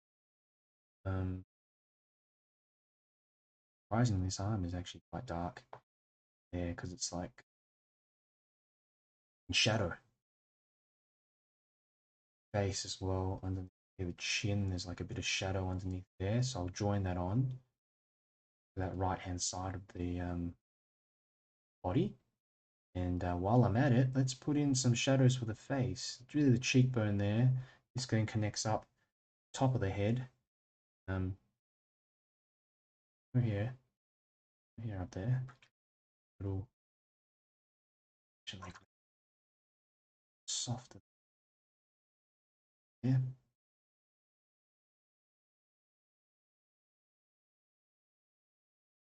You'll notice pretty much anything on the little shadows cast on the right hand side of figures. Even here, I've forgotten to put in a bit of shadow on the arm, for example, here, right hand side, a little darker that right. You can really just keep on going as long as you need to. Put in some of the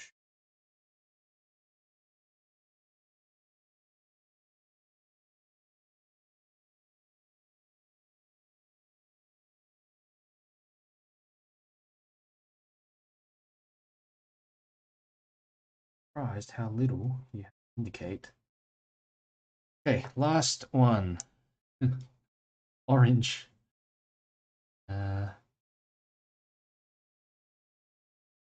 Oops, I've actually gone over to on his body option, gone a bit too high, but I'll bring that down. Good old technique of using the finger and smudging stuff over. I think Philip Stroll will just to see me do this very often. The last minute panic thing. Oop.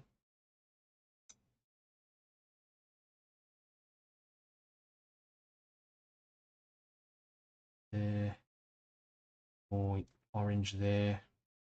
It almost looks like he's playing with the phone or something like that, but he's not. Sort of pose that he's orange, and you know, I'm using this very thickly, the orange in here. One thing you have to remember is uh, with each color, they have a maximum kind of tone that you can achieve. And with the orange, if I'm just using, so it's a spiral orange, if I'm using it straight, which is what I'm doing, I'm almost using it just straight, the palette, this is the darkest that it's ever going to get. And I really want to create, you know, really strong orange in there, and for it to be not too weak where you can see behind. We're using almost like the strongest tone of orange that we can use in here without it going kind of funny on the paper. Okay. Now I'm going to go in and put in some darker kind of neutral tint areas. Neutral tint is such a great convenience color. I just use it all the time to create my darks. I just mix whatever color that I want. For example, here I've mixed some orangey or some reds in here, and then I've just dropped that straight in, so it doesn't upset the color scheme that I have. But I can create some juicy darks so easily with this. With wet and wet, you got to really got to put some faith that will turn out, that it will work. Kind of scary when you do it for the first time, or if you're just learning how to use wet and wet, it's tricky because you don't know exactly what's going to happen. But certainly with shadows and with the robes and things like that, it's a lot easier to predict what's going to happen.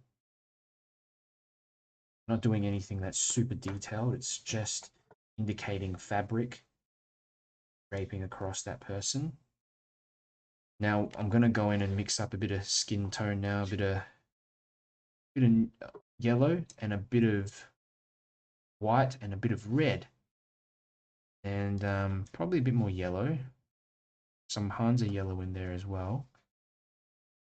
Look, is that too warm? I ask myself questions even when I paint. There, there, there. Arm. This there, there. Go. And by leaving a little bit of white, you see it draws out the edges, creates some sharp edges, and defines the boundaries of the arms. A bit more here for the head, like that. Ears, there, okay. We can actually, I've actually reduced the size of the head a little bit as well. A bit of neutral tint just dropped into the top of the head like that. But perhaps a granulating color would be nice for next time. Something like that. Body, legs here is actually pretty dark. This foot is darker. That's kind of up, and this one's down. Connected on there like that. Good. Okay, so we've worked a bit on all the details and stuff and the figures. I want to just put in some stuff in the background now, a little bit for the detailing of these areas. So I'm going to put in just some yellow, and I've got some a color here, which is buff titanium, little buff titanium. Excuse me. Coming down. Skip over bits and leave some white on the paper too. You find that helps.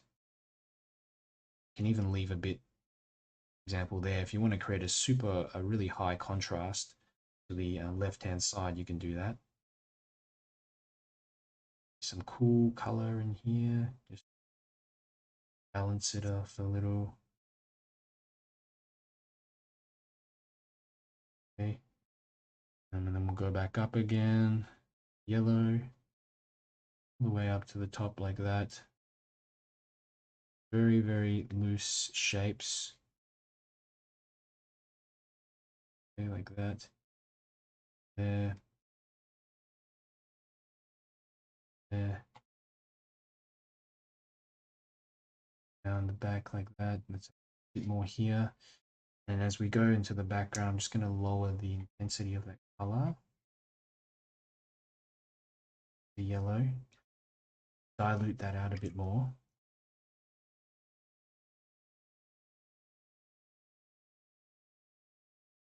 Yes. Might actually add in a bit of ultramarine in here. Tiny ultramarine and a bit of brown. So I can cool that section a little bit down.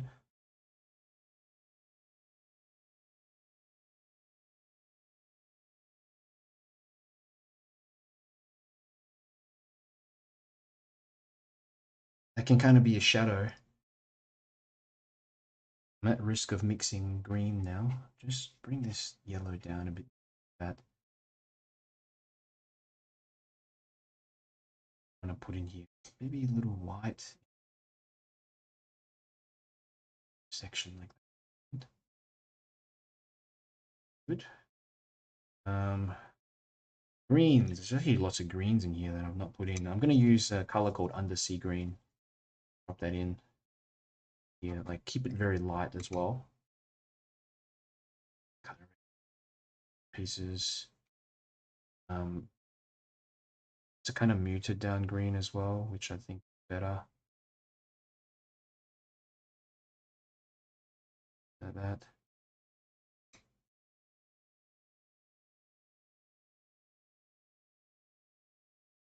Good, good, good. Getting there. Really getting there. Before I forget, I really think that I should do some more of these yellow bits. Wet into wet yellow bits. Yeah, before it all kind of dries and dissipates out. Okay, so just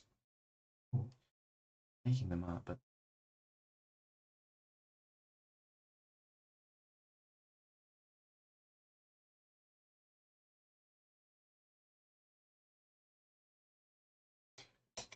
and I don't want to put too much detail into the background. Otherwise, it's going to detract from these figures. And I want to really draw them out. So a bit of darkness at the, or a bit more light at the base here. But the ground is what I want to just get into. A bit of this buff titanium plus a tiny bit of yellow ochre. Just melt this down into the, yeah, a bit warmer. Do that as well. So that I can get in the ground.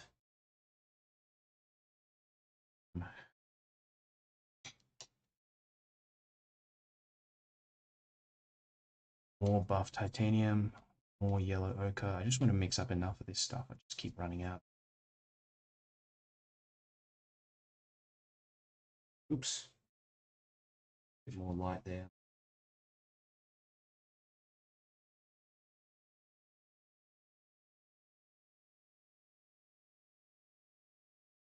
We barely have any of the shadows in as well. We've just got some bits and pieces on the robes, but apart from that, a lot of it's just not in there. I have a bigger brush. I just need a bigger brush.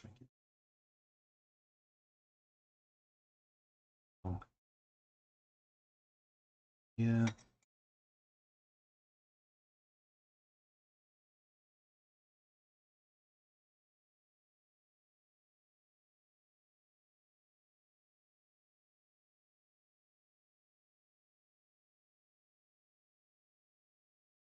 There are sharper shadows in this scene. I think I'll be faithful to preserve those sharper shadows. So we'll just get in a bit of this ground first. Okay. Sometimes it does help to have a little bit of darkness, perhaps running near the front of the scene like this. Okay. Just depth. Or this could be like a soft shadow here, potentially. That more this lighter sort of color. And I'm going to work my way up into the background like what I was doing up here. So I do have some of this undersea green. I'll mix that with a bit of ultramarine, and then I'll be able to, of course, get in a shape, a darker shape. This is quite crucial as well because we've got darker shapes surrounding all these lighter bits and pieces in here. So around the figure is where we kind of got to be a bit more careful, and that's why perhaps I use like a little brush like this to just cut around each heads of the figures, so then you're not making it difficult. More yellow.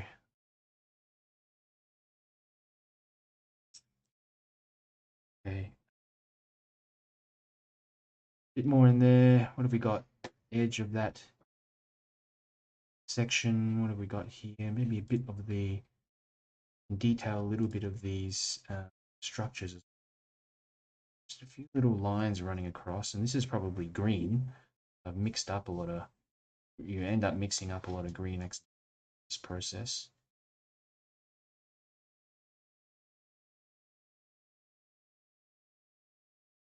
That new one. Just pick up some more blue. I'm trying to catch some of this while it's still wet. This yellow bits and pieces. In fact, I've not put in something at the top here, which is like a bit of this. I don't know what it is. It's a thing. You know, I might actually put in a bit of green, a bit of to green in some of these sections here. Really quick, sporadic pieces, just bits of green here, trees and stuff, so that we can get some wet into wet effects. More yellow in there. Okay. Bit of green and a bit of blue mixed together now. Finish this one off.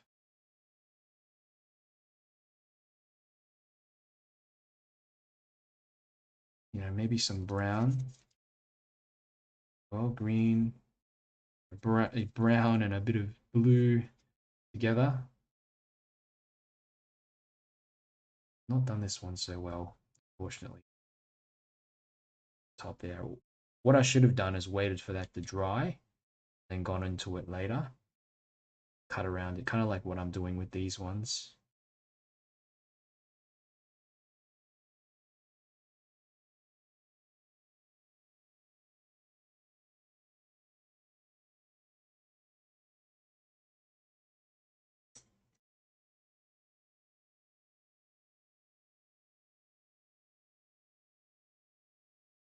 Let me know how you're going, guys. If you're enjoying this, or you're how are you doing? And let me know if you need some more help, or if you have any questions. I'd love to hear from you, and also just see where you're sitting at the moment in terms of you need any help, or so drop a comment in the chats. These sections in the back, geez, they are really dark. I'm just using neutral tint, cutting around its pieces. See kind of well goes onto his arm. Bit of darkness here, little shadow. Just cuts over. Bit of shadow there. Sharp shadow.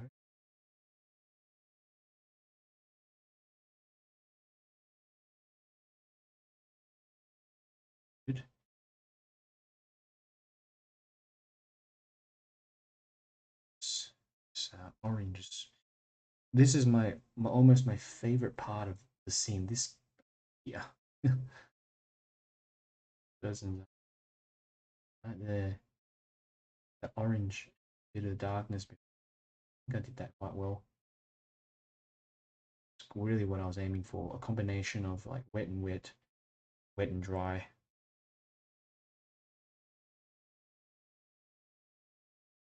So more neutral tint in the background. I'm just really simplifying a bit. Hopefully this stuff is still kind of wet. Well,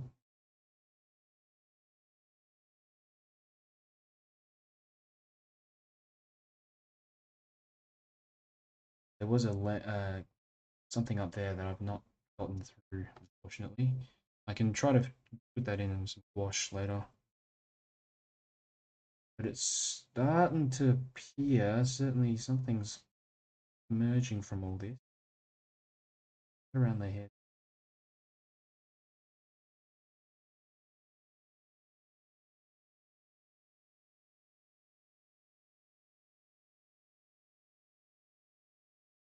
Yeah. There, darker. Really, almost the darkest. Using a flat brush, it really doesn't matter what you use as long as you've got a brush that allows you to cut around what you need to.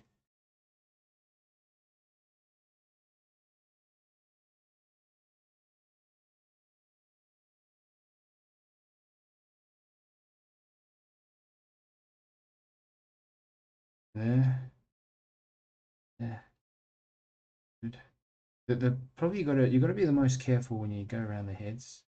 You only get one. You get one chance at doing it.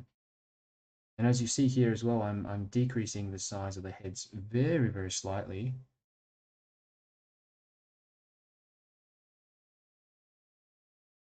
Oops, oops. Made some little errors here, but they're not kind of gone over the body a bit too much, but they're not errors that will stuff it. Just more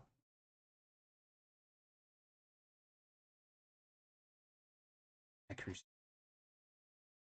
When you cut around the heads, look at that. They really start pop out more, don't they?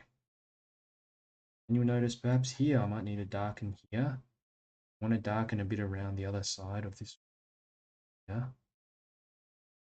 So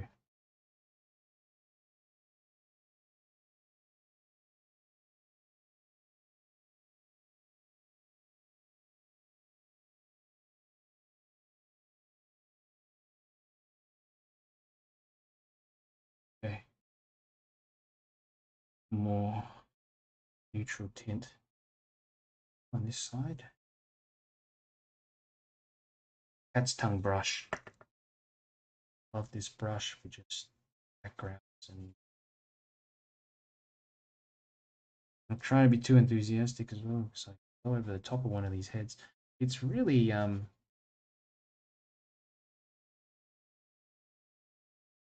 say, yeah, darkness there. Now, across the ground is where I want to put in some shadows and darks, things like that.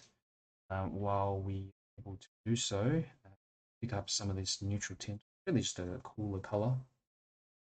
Drop this across the ground. This, oh, the ground is still wet. It's still wet.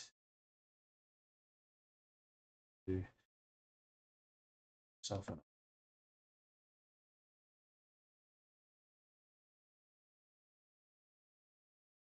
Think I will continue on. I don't want to. I want to see what happens if I just do the shadows wet to wet. Now we can do them just like if you don't want to do them wet to wet, follow the reference picture and just wait for this part to dry and then go. But I want to see what happens. Sometimes it's good to sort of experiment around and see what will happen from a certain effect. I do think this area is like kind of may spread a bit too much. To preserve We just got to preserve enough of that light in that background as well. And this area also needs to be kind of softer. Even on the bits and pieces, there are some darks. So just to put a bit of that. Yeah. Around. Oops. Wet.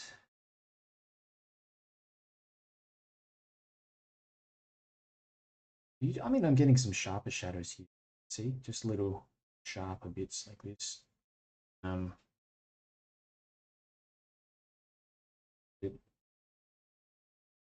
But probably one of the most important bits is this, the feet of these figures and this shadow kind of coming in from the side, interacting with the feet. And then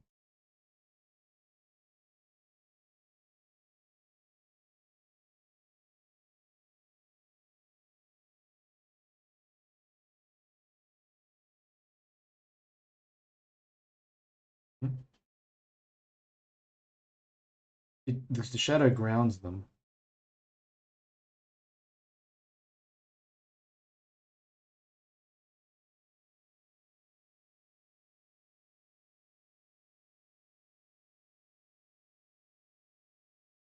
Yeah, few little squiggly bits of shadow or something here. There is a little perspective to it as well. It's hard to see, but they're kind of lines that just run down like this. Run.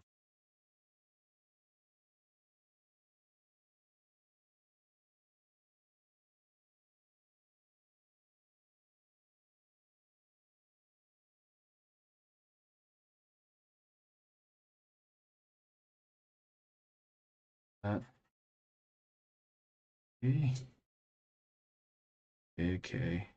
So I think, and we got the gist of this. Yeah, we've got the gist of what's going on in here. I do think it's a bit too loose for my liking at the moment.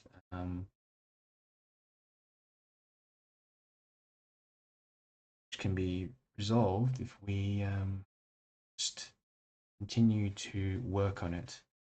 Yeah. There, I'll just darken with some neutral tint. Green in the background, but a little neutral tint in there, and kind of to indicate bits of tree. See, but there. A tree or something coming through here. Let's pick up a bit of, I guess, like some branches running across like that. And you know, good thing is we also have some gouache. If I brought the gouache along, like that. Gouache is going to help us to recover some bits of white and things. But before I even do that, I want to make sure I've got the darks in okay. So perhaps some more details on the face.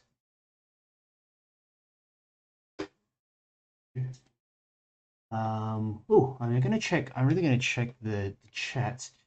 Yvette says, "Love how it looks already. Skin tone is great." Yeah, it's coming along. It's certainly coming along. We want to put in a few more. I think just a few more details in the skin, and we should be good. Should be good. And the darks, just some really dark colors in there, and the extra details. Thank you, Yvette. And Ellen says, "Mine is a little rough, but actually better than I thought I could do. So I'm happy." Yeah, look, if you go in there with few expectations, just there to give it a try, you always be surprised at what comes out. But did you? I know you've probably not done too many figures before, Ellen. How did you find the drawing, or I guess the painting? Did you find it? Did you find like that you changed the figures a little bit after you sort of went in and did the painting? Anything that you struggled with more? And Yeth Art says, very interesting. you. Yvette says, my battery's dying. Forgot to charge it. It's really looking good. We'll post mine tomorrow. Thanks again. Yeah. Thank you, Yvette. Love to see how you guys go with your versions of this. Which is still not completely done yet because I think we have to put in a few sharper lines and detailing for the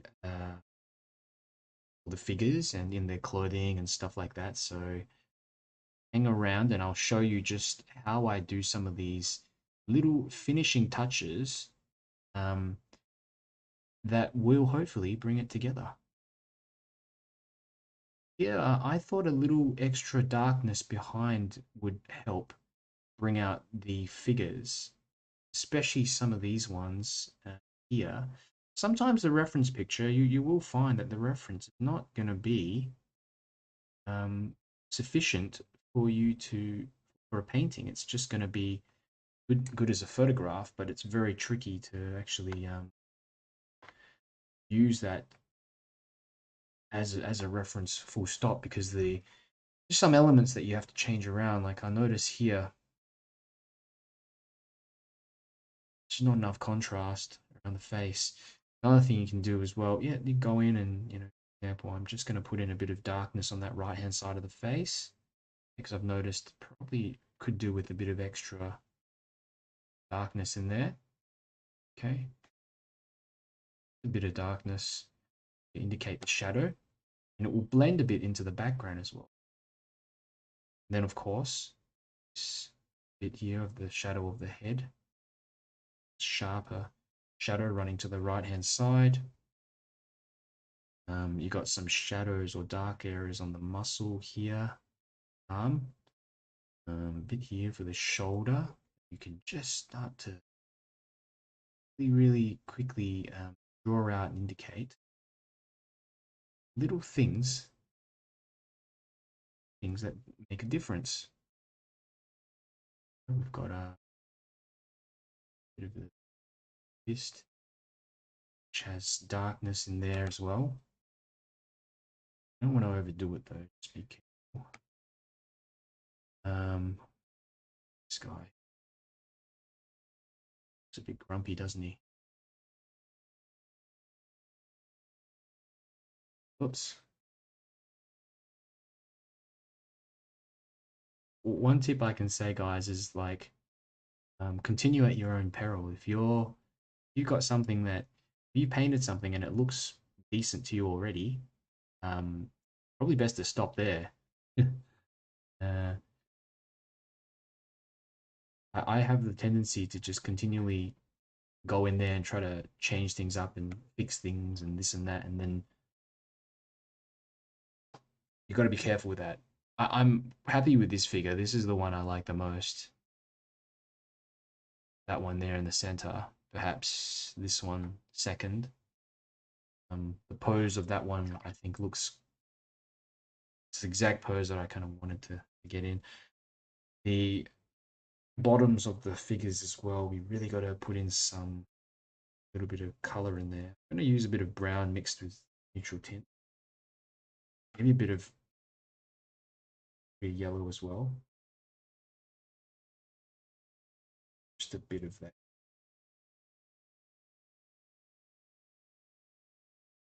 Sharper shadows. That.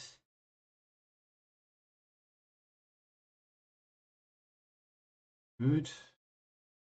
Getting there, guys. We're almost done. Made it through. Made it through. Right hand side of that one. Yeah. Darker there. Notice how I'm just adjusting. It's changing and adjusting it. Darkness here. We're just kind of having a look at the robes as well, a bit more detail. Heads.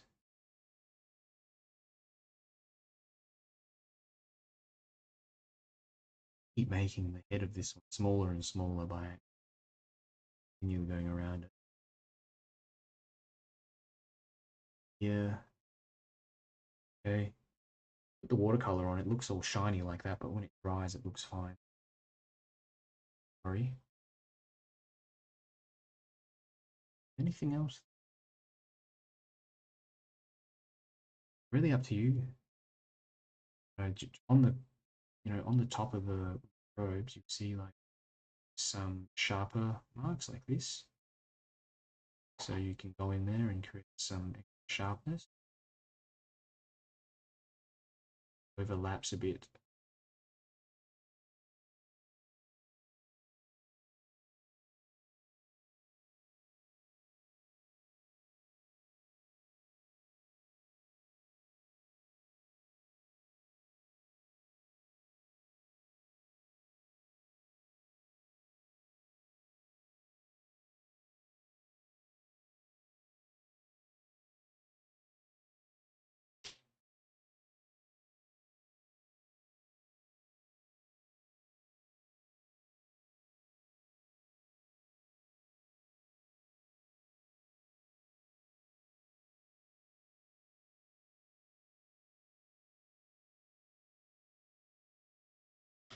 Very careful with this stage. Not doing it. It can be hard for me to see underneath the camera because it's like seems like bright. So I tend to darken stuff actually a lot more. Yeah, you can do things like fingers. That's not the best portrayal, but something like that.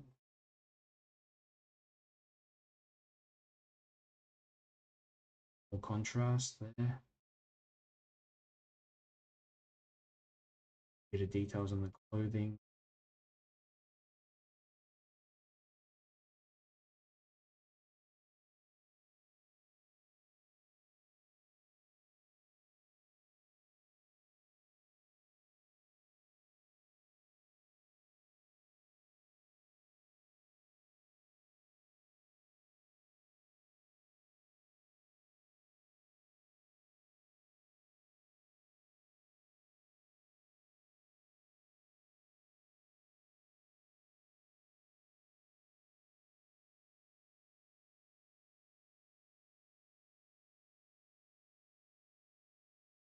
Shadow.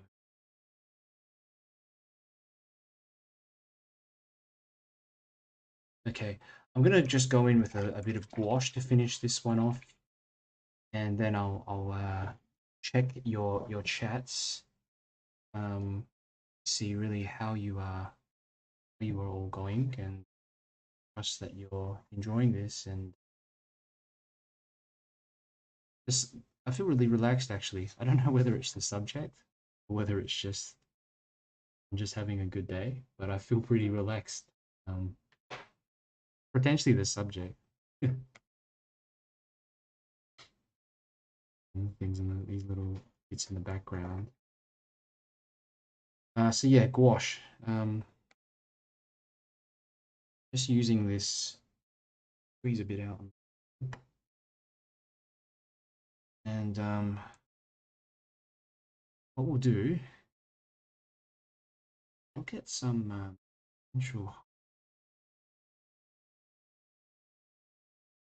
Really, there's not a huge amount of highlights up here. Maybe some on the there, but got some on the trees and stuff. Mix this. I'll muddy that up a little bit. This gouache with a bit of the yellow.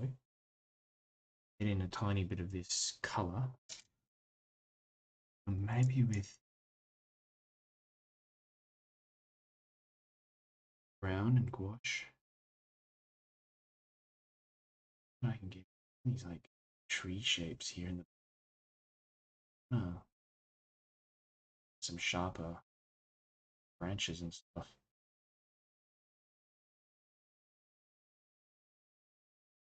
Running through all this darkness. But see some over here. Oh, more there.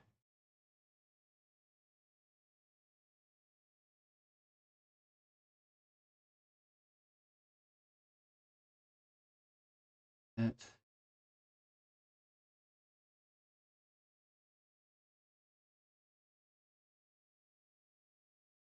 Like I said, before, we'd accidentally gotten rid of that yellow bit there. So you can mix up, if you've got some white gouache and a bit of yellow, mix up a bit of that, and then see if you can bring that back a little.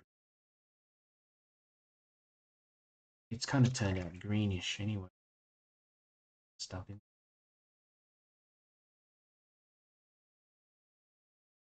I don't like that very. Dull that down. Darker. Um.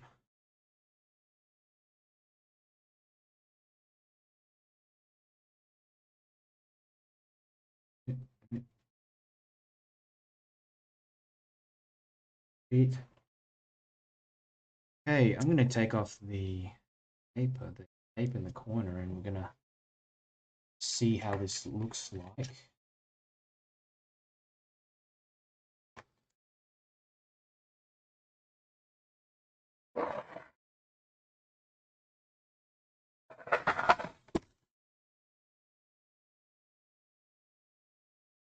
Okay, this out.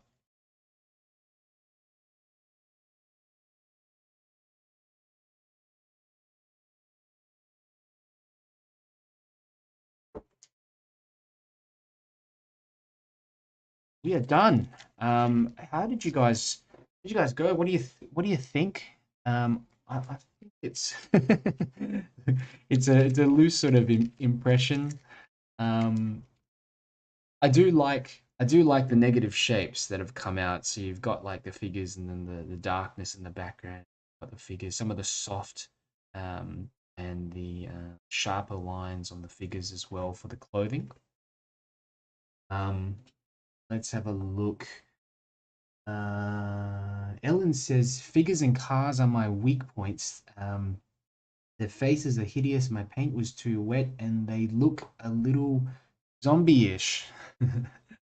And it takes a while to know just how much exactly how much detail to put into the faces. I've gone more conservative with this one and just dropped in a couple of points for the eyes, a bit of a point for the nose, a little broken edge for the mouth, and then created a shadow on the right hand side. But certainly it does take a lot of work and a lot of trial and error, Ellen. So well done for making it through to the end, and um, well done everyone for making it through to the end of this one. This has been a very tricky session. Um, how did you find it? Let me know. I'm going to give this a really quick dry off.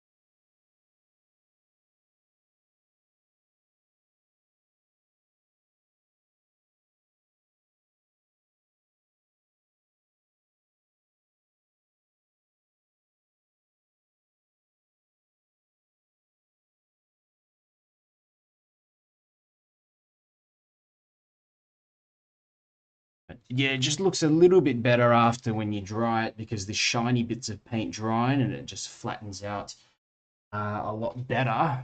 Uh, so I'm gonna have a quick look at who else, anything else. So we've got Gail. Gail says your scene is so energized by your colors and texture. Thank you, Gail, for your comments. Um, still kind of hanging around for any further questions, any kind of comments. I'm gonna plug my Patreon as well while I'm waiting. I take the opportunity to mention that I've got more classes and I sell them individually and also like have a Patreon if you guys want to try it out. You can go on there, sign up for my classes. I've got 37 classes on there. If you like it, I'm sure, which I'm sure you will, you can hang around. If you don't like it, you can contact me and or basically you can cancel it after a month if you don't like it, or I can we can go from there. But I'm sure that you'll enjoy it. I go through very similar sort of loose landscape scenes, and there's a lot of material on there that will help you to improve your watercolors. I sort of break everything down into little demonstrations. I go through techniques, lots of stuff. We've got Solan Beverly says an interesting experience. Mine tend to look like fashion gowns rather than monk attire. And there's probably some similarities, isn't there? But well done for giving it a try. Does anyone have suggestions for what you'd like me to cover in a next workshop? If you do, leave it in the comments, and I'll write it down because I've actually run out of things to cover. There's a few other things, but love to hear. We've also got Diana Mueller from South Carolina. I might have seen you before, Diana. Have you come in? Have you been here before? Um, and Jerry Visar says my skin tone is too dark. Yeah, it's tricky. It's tricky to be able to get the skin tone correct in this one, and I tend to go a lot lighter than darker to begin with, and then um, yeah. So then if it's too light, I can darken. But when you go in a little bit darker, it's tricky to lift off that paint or to change it afterwards. So I sort of err on the side of caution. Fantastic work, Jerry. If you guys have finished yours, pop onto facebook.com/groups/watercolor mentor and post your painting. I want to see what you come up with, and we have a whole community there that will support you in terms of if you've got questions, want some feedback, or just help to motivate each other. It's a great little community. So I think the link of it is in the description of the video, or yeah, it's facebook.com/group/watercolor mentor. There's also another group called Watercolor Beginners, which has a lot more viewers on there, a lot more members, but it's probably less personalized. The other one, Watercolor Mentor group, is just tailored more towards these sessions that I run. Um, really interested in portraits. Solan says interested in portraits. Um, and let me have a quick look. What do we got up the top? Uh,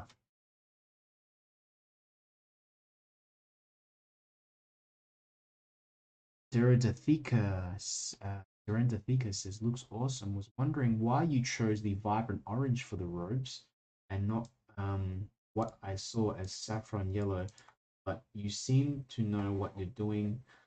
Um, seem to know what you're doing. It awesome.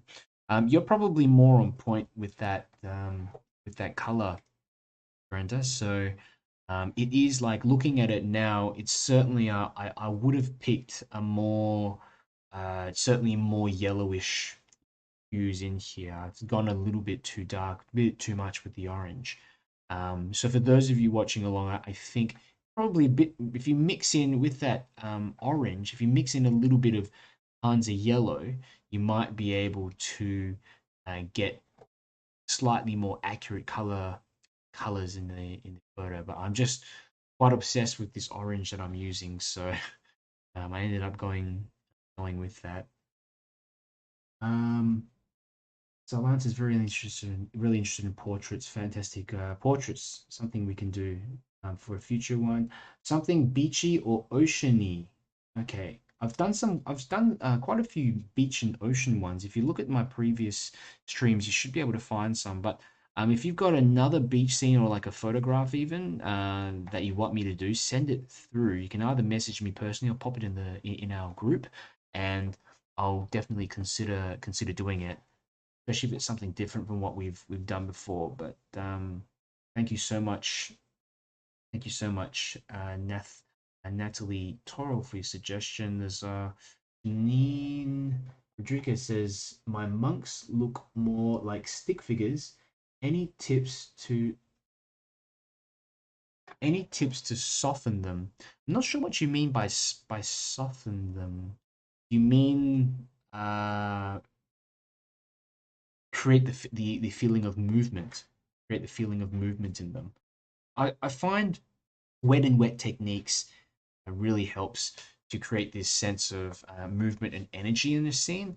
In terms of like movement of the figures as well, the positions of their arms and legs, like this one, I feel I've done particularly well compared to the others because you can really see that leg's behind, that leg's forwards. It really looks like he's moving through towards the scene. Perhaps this one as well. These ones more look like they're kind of taking smaller steps. So study the positioning, like look at the reference, and even just with the pencil, just redraw them, and try to get the positions of their legs in and the arms in, and even their heads as well. Because if their all heads are all up in the exact same position, they're also going to look a bit stiff. Usually, when people walk, they sort of look the head's a bit tilted or looking around, that kind of thing. So that helps create the feeling of movement in the figures. I hope that helps. I hope that answers your question, um, Jeannie. And Don says in YouTube, this has been great fun. I'm still a little bit behind you in trying to finish it off. I think I'll let it dry and do some final touches and post tomorrow. Thank you. Great evening. Thank you, Don. I'm glad you made it through to the end, and it does help to let it sit for a bit and come back to it afterwards. Sometimes I try to finish it all off in one go, but sometimes that's not possible, or you just need a break. Everything. So, um, guys, if you have any more questions, pop them in the chats. Remember, I do have Patreon. If you go to patreon.com/watercolor mentor, I've got a whole bunch of classes on there. Also, watercolormentor.com. Just check that out as well. There's classes on there. There's more tutorials, lots of articles that I write up. In the next few weeks, I'm hoping to launch like another website, just my name, darrenhere.com. For anyone who's interested in just some tips on how to sell your art. Maybe I know a lot of you are hobbyists, and I still am a hobbyist, in fact. But just some little tips, because sometimes it can be hard to figure out where to go. And the advice out there is all there's a lot of stuff out there. So I'm going to write some simple articles to see if I can share some of the things I know, even on that side, and it also helps me to sort of consolidate what I've learned. I think that's pretty much. I think that's pretty much it. So, thank you so much all for coming along. Keep an eye out for my future classes. There's more if you check the events page, or if you check on YouTube. There's more up there. Appreciate you coming along. If you think of anything else, drop them in the comments. Drop the comment, and I will try my best to get back to you. Had lots of fun with this one, and I will catch you all next time.